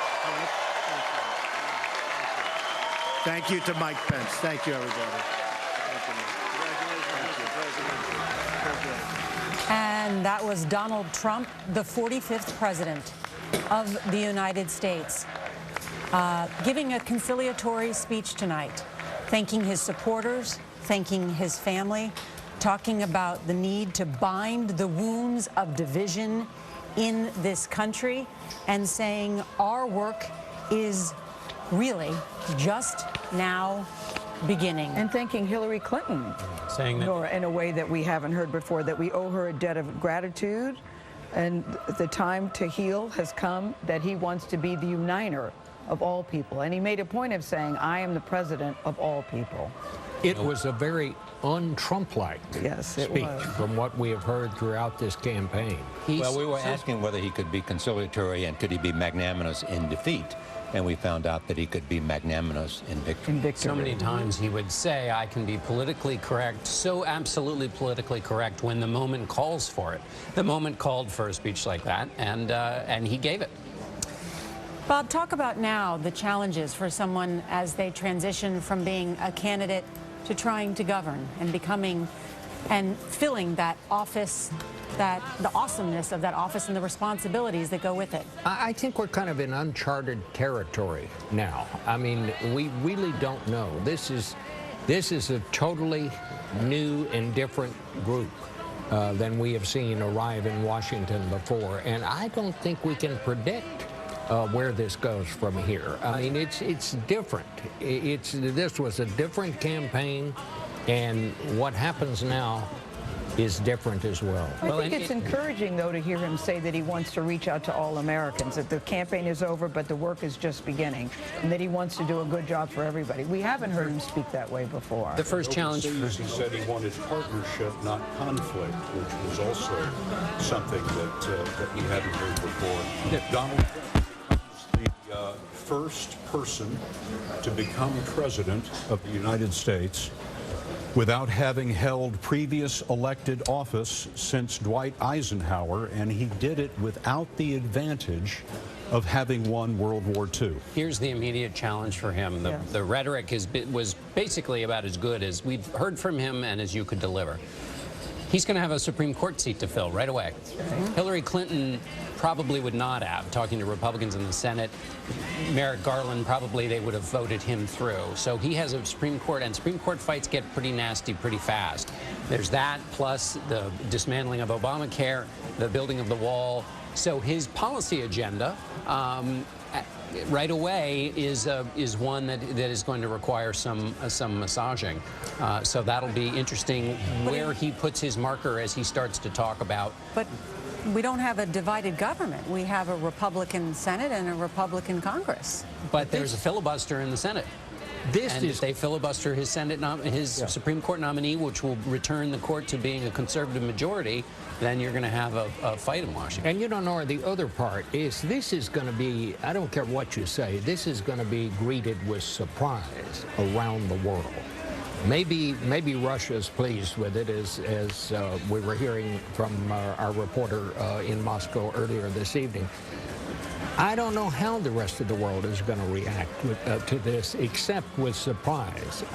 They're going to find it hard to believe, I think. They'll probably react depending on how he maintains the sense that he did in this speech, or in terms of the people that he chooses, selects him to be in his cabinet. That will be an indication of what kind of government he wants to have. Major Garrett is at the Trump campaign headquarters. Major? Well, a couple of things, Scott, and everyone else on the panel. Talking about governing, my sources within the Trump transition team tell me that as of last Thursday, all of the work set before that transition team had been completed, meaning they'd put together all the policy binders, had put together all the binders on passable cabinet and sub-cabinet nominations and appointees, had put together all the bindings on other political appointees that a future Trump presidency, should it occur, might have to have ready for the work to begin. So that work by the transition team has been completed and is ready for Donald Trump, now President-elect of the United States. So when Donald Trump told the country tonight he's going to get to work, he has plenty of binders and plenty of staffers on that transition team who have done the work for him to begin that process. A couple of other observations. Donald Trump has said from the very beginning of this campaign that he saw something in America in terms of untapped potential, in terms of people who wanted to be a part of a rejuvenated American dream, but felt that was no longer open to them. And he tried to speak to those people before he spoke to anyone else, and in a way that they fundamentally understood without any filtering from any other source. And even when controversies would arise and Trump's poll numbers would dip, or there would be some defections from the Republican Party over something that Trump said, those people who heard Trump first never left his side. And Trump was speaking to them tonight when he talked about a country to be proud in, a country that's going to aim for the best and never accept anything less than the best. Those words always resonated with his supporters. One last historical analogy that I've never forgotten since Newt Gingrich, a longtime Trump supporter, put before me several months ago. He said, to understand Donald Trump, you have to understand three American figures. Andrew Jackson, a populist president who toppled the existing order in Washington. Teddy Roosevelt, a Republican president who challenged the existing Republican approach to business and was a person of strength and projected strength. And P.T. Barnum, someone who relentlessly marketed himself for the benefit of his business and his image of himself. Newt Gingrich told me Donald Trump is a combination of all three of those figures, and his upside potential is enormous, and his downside risk is also rather sizable.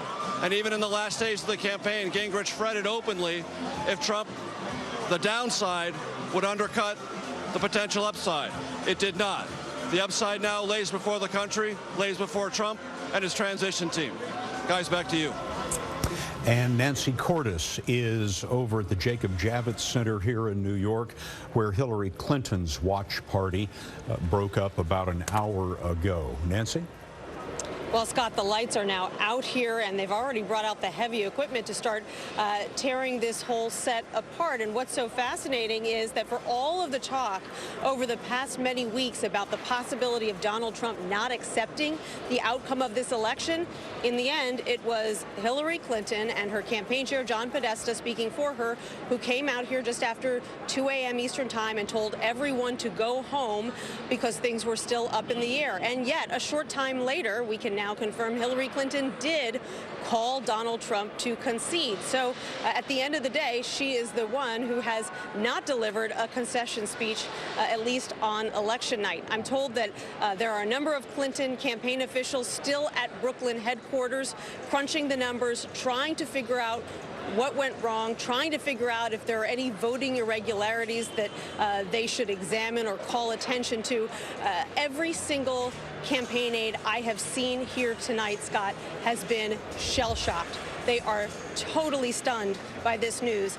They weren't just confident at the beginning of the night that she was going to win. They were sure of it. There was no other possible outcome in their mind, not because they were cocky or being fanciful, but because all of the data that they were looking at was telling them that she was going to win. And that may be part of the reason that you never saw her here tonight, which is just like her campaign aides, it was very difficult for Hillary Clinton to accept the news as well.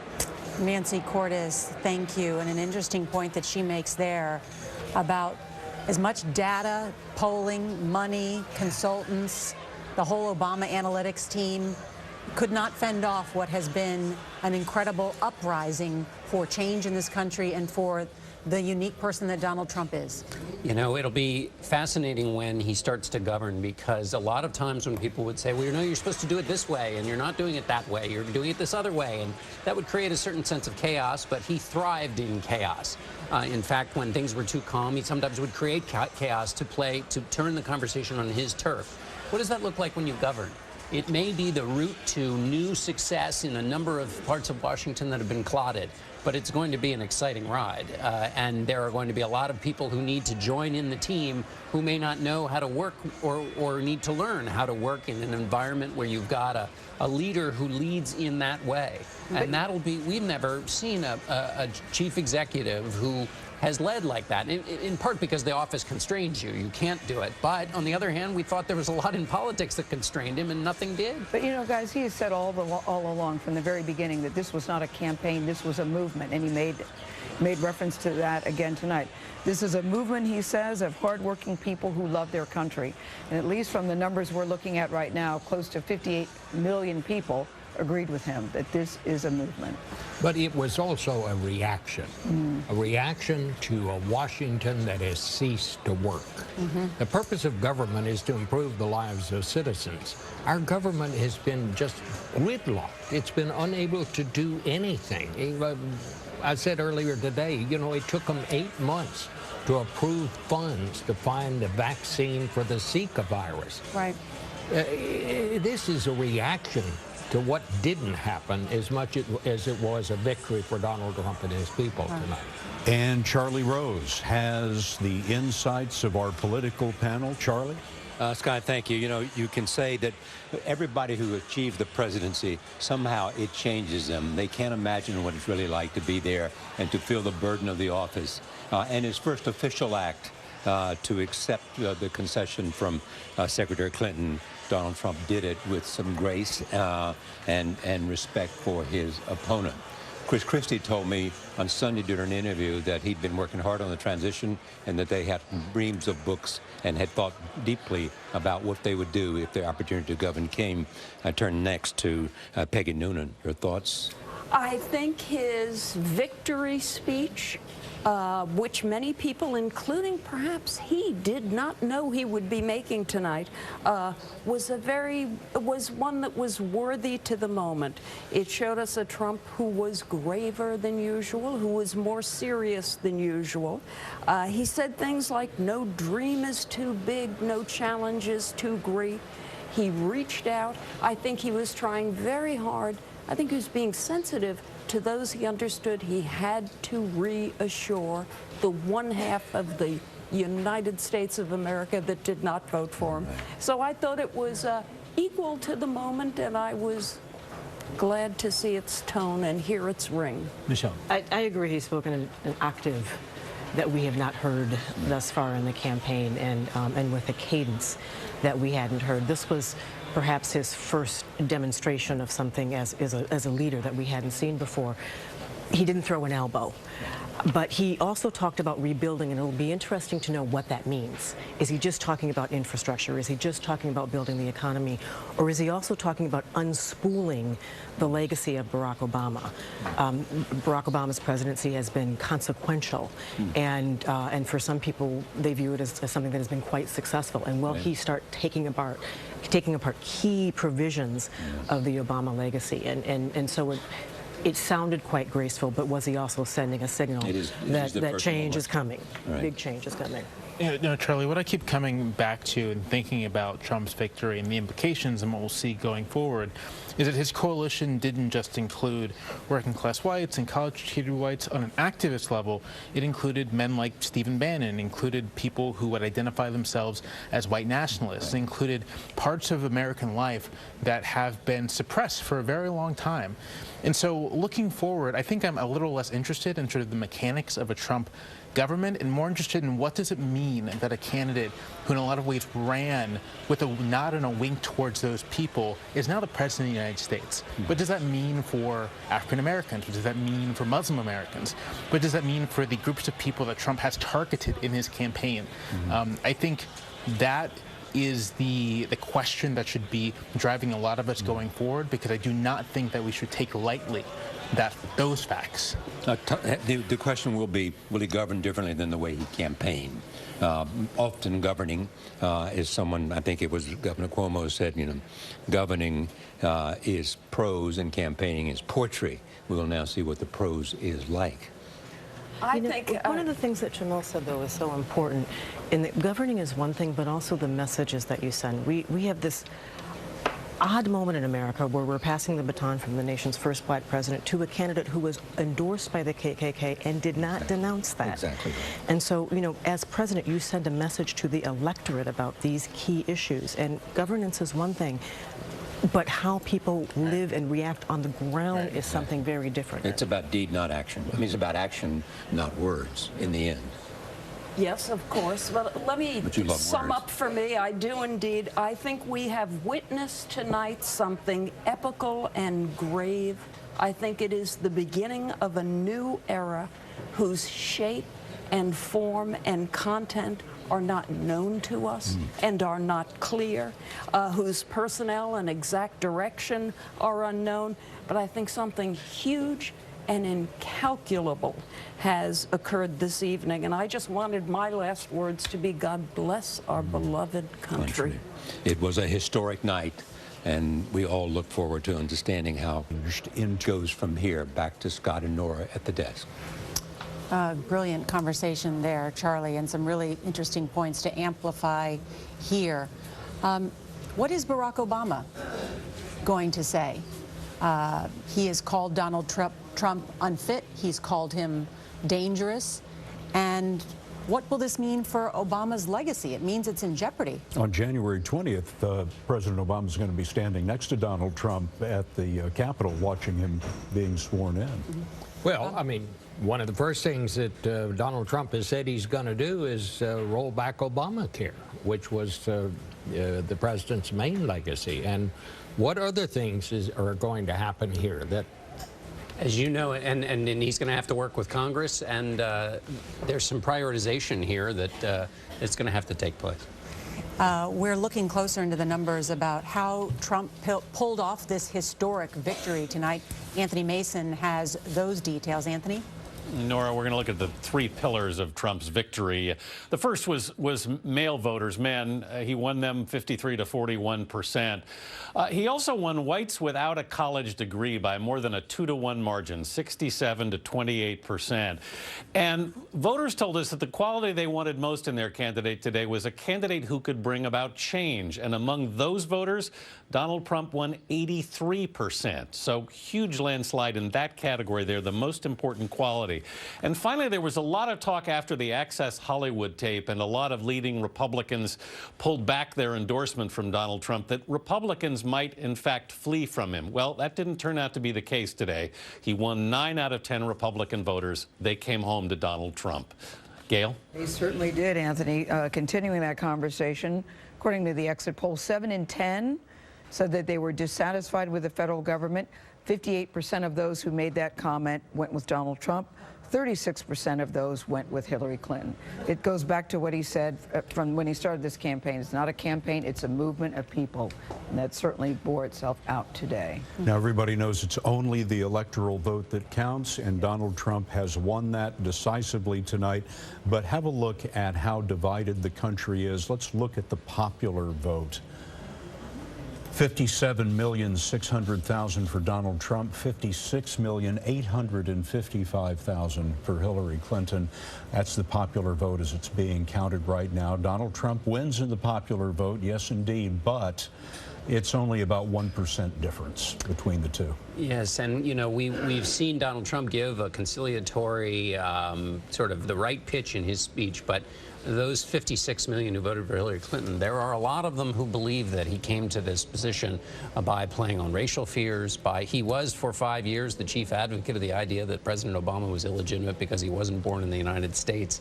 There are people on the other side of this who are not going to just accept this, and we will see what the shape of that response will be, and who becomes the voice of that response. You mentioned Barack Obama. He will not be the voice of that response, but who is and who does, and we have yet to see that part of the story play out. Yeah, I mean, a couple of things. One is this is really a historic achievement in America. I mean, it's historic. Nothing like this has ever happened before. And secondly, you have to give him credit. I mean, he has achieved something that no one from the beginning ever believed he could do. Elaine? So on the point that John was making about these racial divisions, David Duke has tweeted, "This is one of the most exciting nights of my life. Make no mistake about it, our people have played a huge role in electing Trump. Hashtag MAGA, Make America Great Again." Now, at the same time, as Trump was reaching out tonight, I was reminded of the Latinos that I met at the U.S.-Mexico border when I did a documentary for CBS, Latinos for Trump, who were among his most passionate supporters because they felt he was the one who was actually going to affect change in Washington. So they truly believed in him from the beginning, despite all the controversies. Bob, what are you reflecting on this morning? You know, I remember when Richard Nixon resigned and CBS News correspondent Roger Mudd was part of the panel after that happened, and they said, "Roger, what's your reaction?" And he said, "You know, I think I want to go home and sleep a couple of hours, and I'll come back and tell you tomorrow." This was totally unexpected. I think certainly from those of us who've been covering politics and over the years, this is, I think Charlie is right. This is historic. But I don't think we can say right now where this goes from here. Unexpected, not because of any interest in politics, but unexpected because of the polling. The polls were telling us. Polls done by many different organizations at many different times, and were all pointing in the direction of a Clinton victory. The polls and the behavior of a candidate that people said was not fit to be president of the United States. So many people had found his behavior egregious, but at the end of the day, it really didn't matter. I take some hope in his speech tonight, though, that he said he wants to reach out, that he wants to build bridges, and that he wants us all to come together. I think that's a really good way to start in this country, because there's a lot of healing that needs to happen today. If you look to your point, Gail, on the questions of has the right experience and has the right judgment, Hillary Clinton won those questions by gargantuan amounts and numbers, but again, it's not what people wanted. They wanted change over experience and judgment. They're fed up. All right. Well, yeah, change is what they will get. Yeah. And it has been quite a night. We hope he rules by fear by hope rather than fear. Well, his conciliatory victory speech tonight was certainly a very good step in a long, long process over these next 4 years. We sure are grateful that you stayed here with us all this time. The who are you people? Rancorous, sometimes raunchy election of 2016 now comes to a peaceful, if improbable, end. 70-year-old Donald J. Trump will be sworn in as the 45th President of the United States on January the 20th. The Trump presidency begins in 72 days, fueled by what we know now is record turnout. Election coverage continues now on our streaming news service, CBSN, and there will be much more in just a few hours. Really? Yeah. Who's gonna be Charlie here, Nora? and I, right back here. Wearing these same clothes. Yeah. For Nora O'Donnell and our entire Campaign 2016 team, I'm Scott Pelley. Thank you for being with us on CBS. I am officially running for President of the United States. I'm back! When Mexico sends its people, they're not sending their best. I'm running to help working families get a raise. We will make America great again. The American people are sick and tired of hearing about your damn emails. It's weak to disparage women. It's weak to disparage Hispanics. A man who can be provoked by a tweet should not be anywhere near the nuclear codes. I could stand in the middle of Fifth Avenue and shoot somebody and I wouldn't lose any voters. Just remember, love trumps hate. I humbly accept your nomination. For President of the United States. Russia, if you're listening, I hope you're able to find the 30,000 emails. I'm not making excuses. I've said it was a mistake and I regret it. This is the single biggest scandal since Watergate. There is no case here. We're going to win at the border. We're going to build a wall. Mexico's going to pay for the wall. You could put half of Trump supporters into what I call the basket of deplorables. She has tremendous hate in her heart. I don't care what he says about me. I care about what he says about you. I pledge to every citizen of our land that I will be president for all Americans.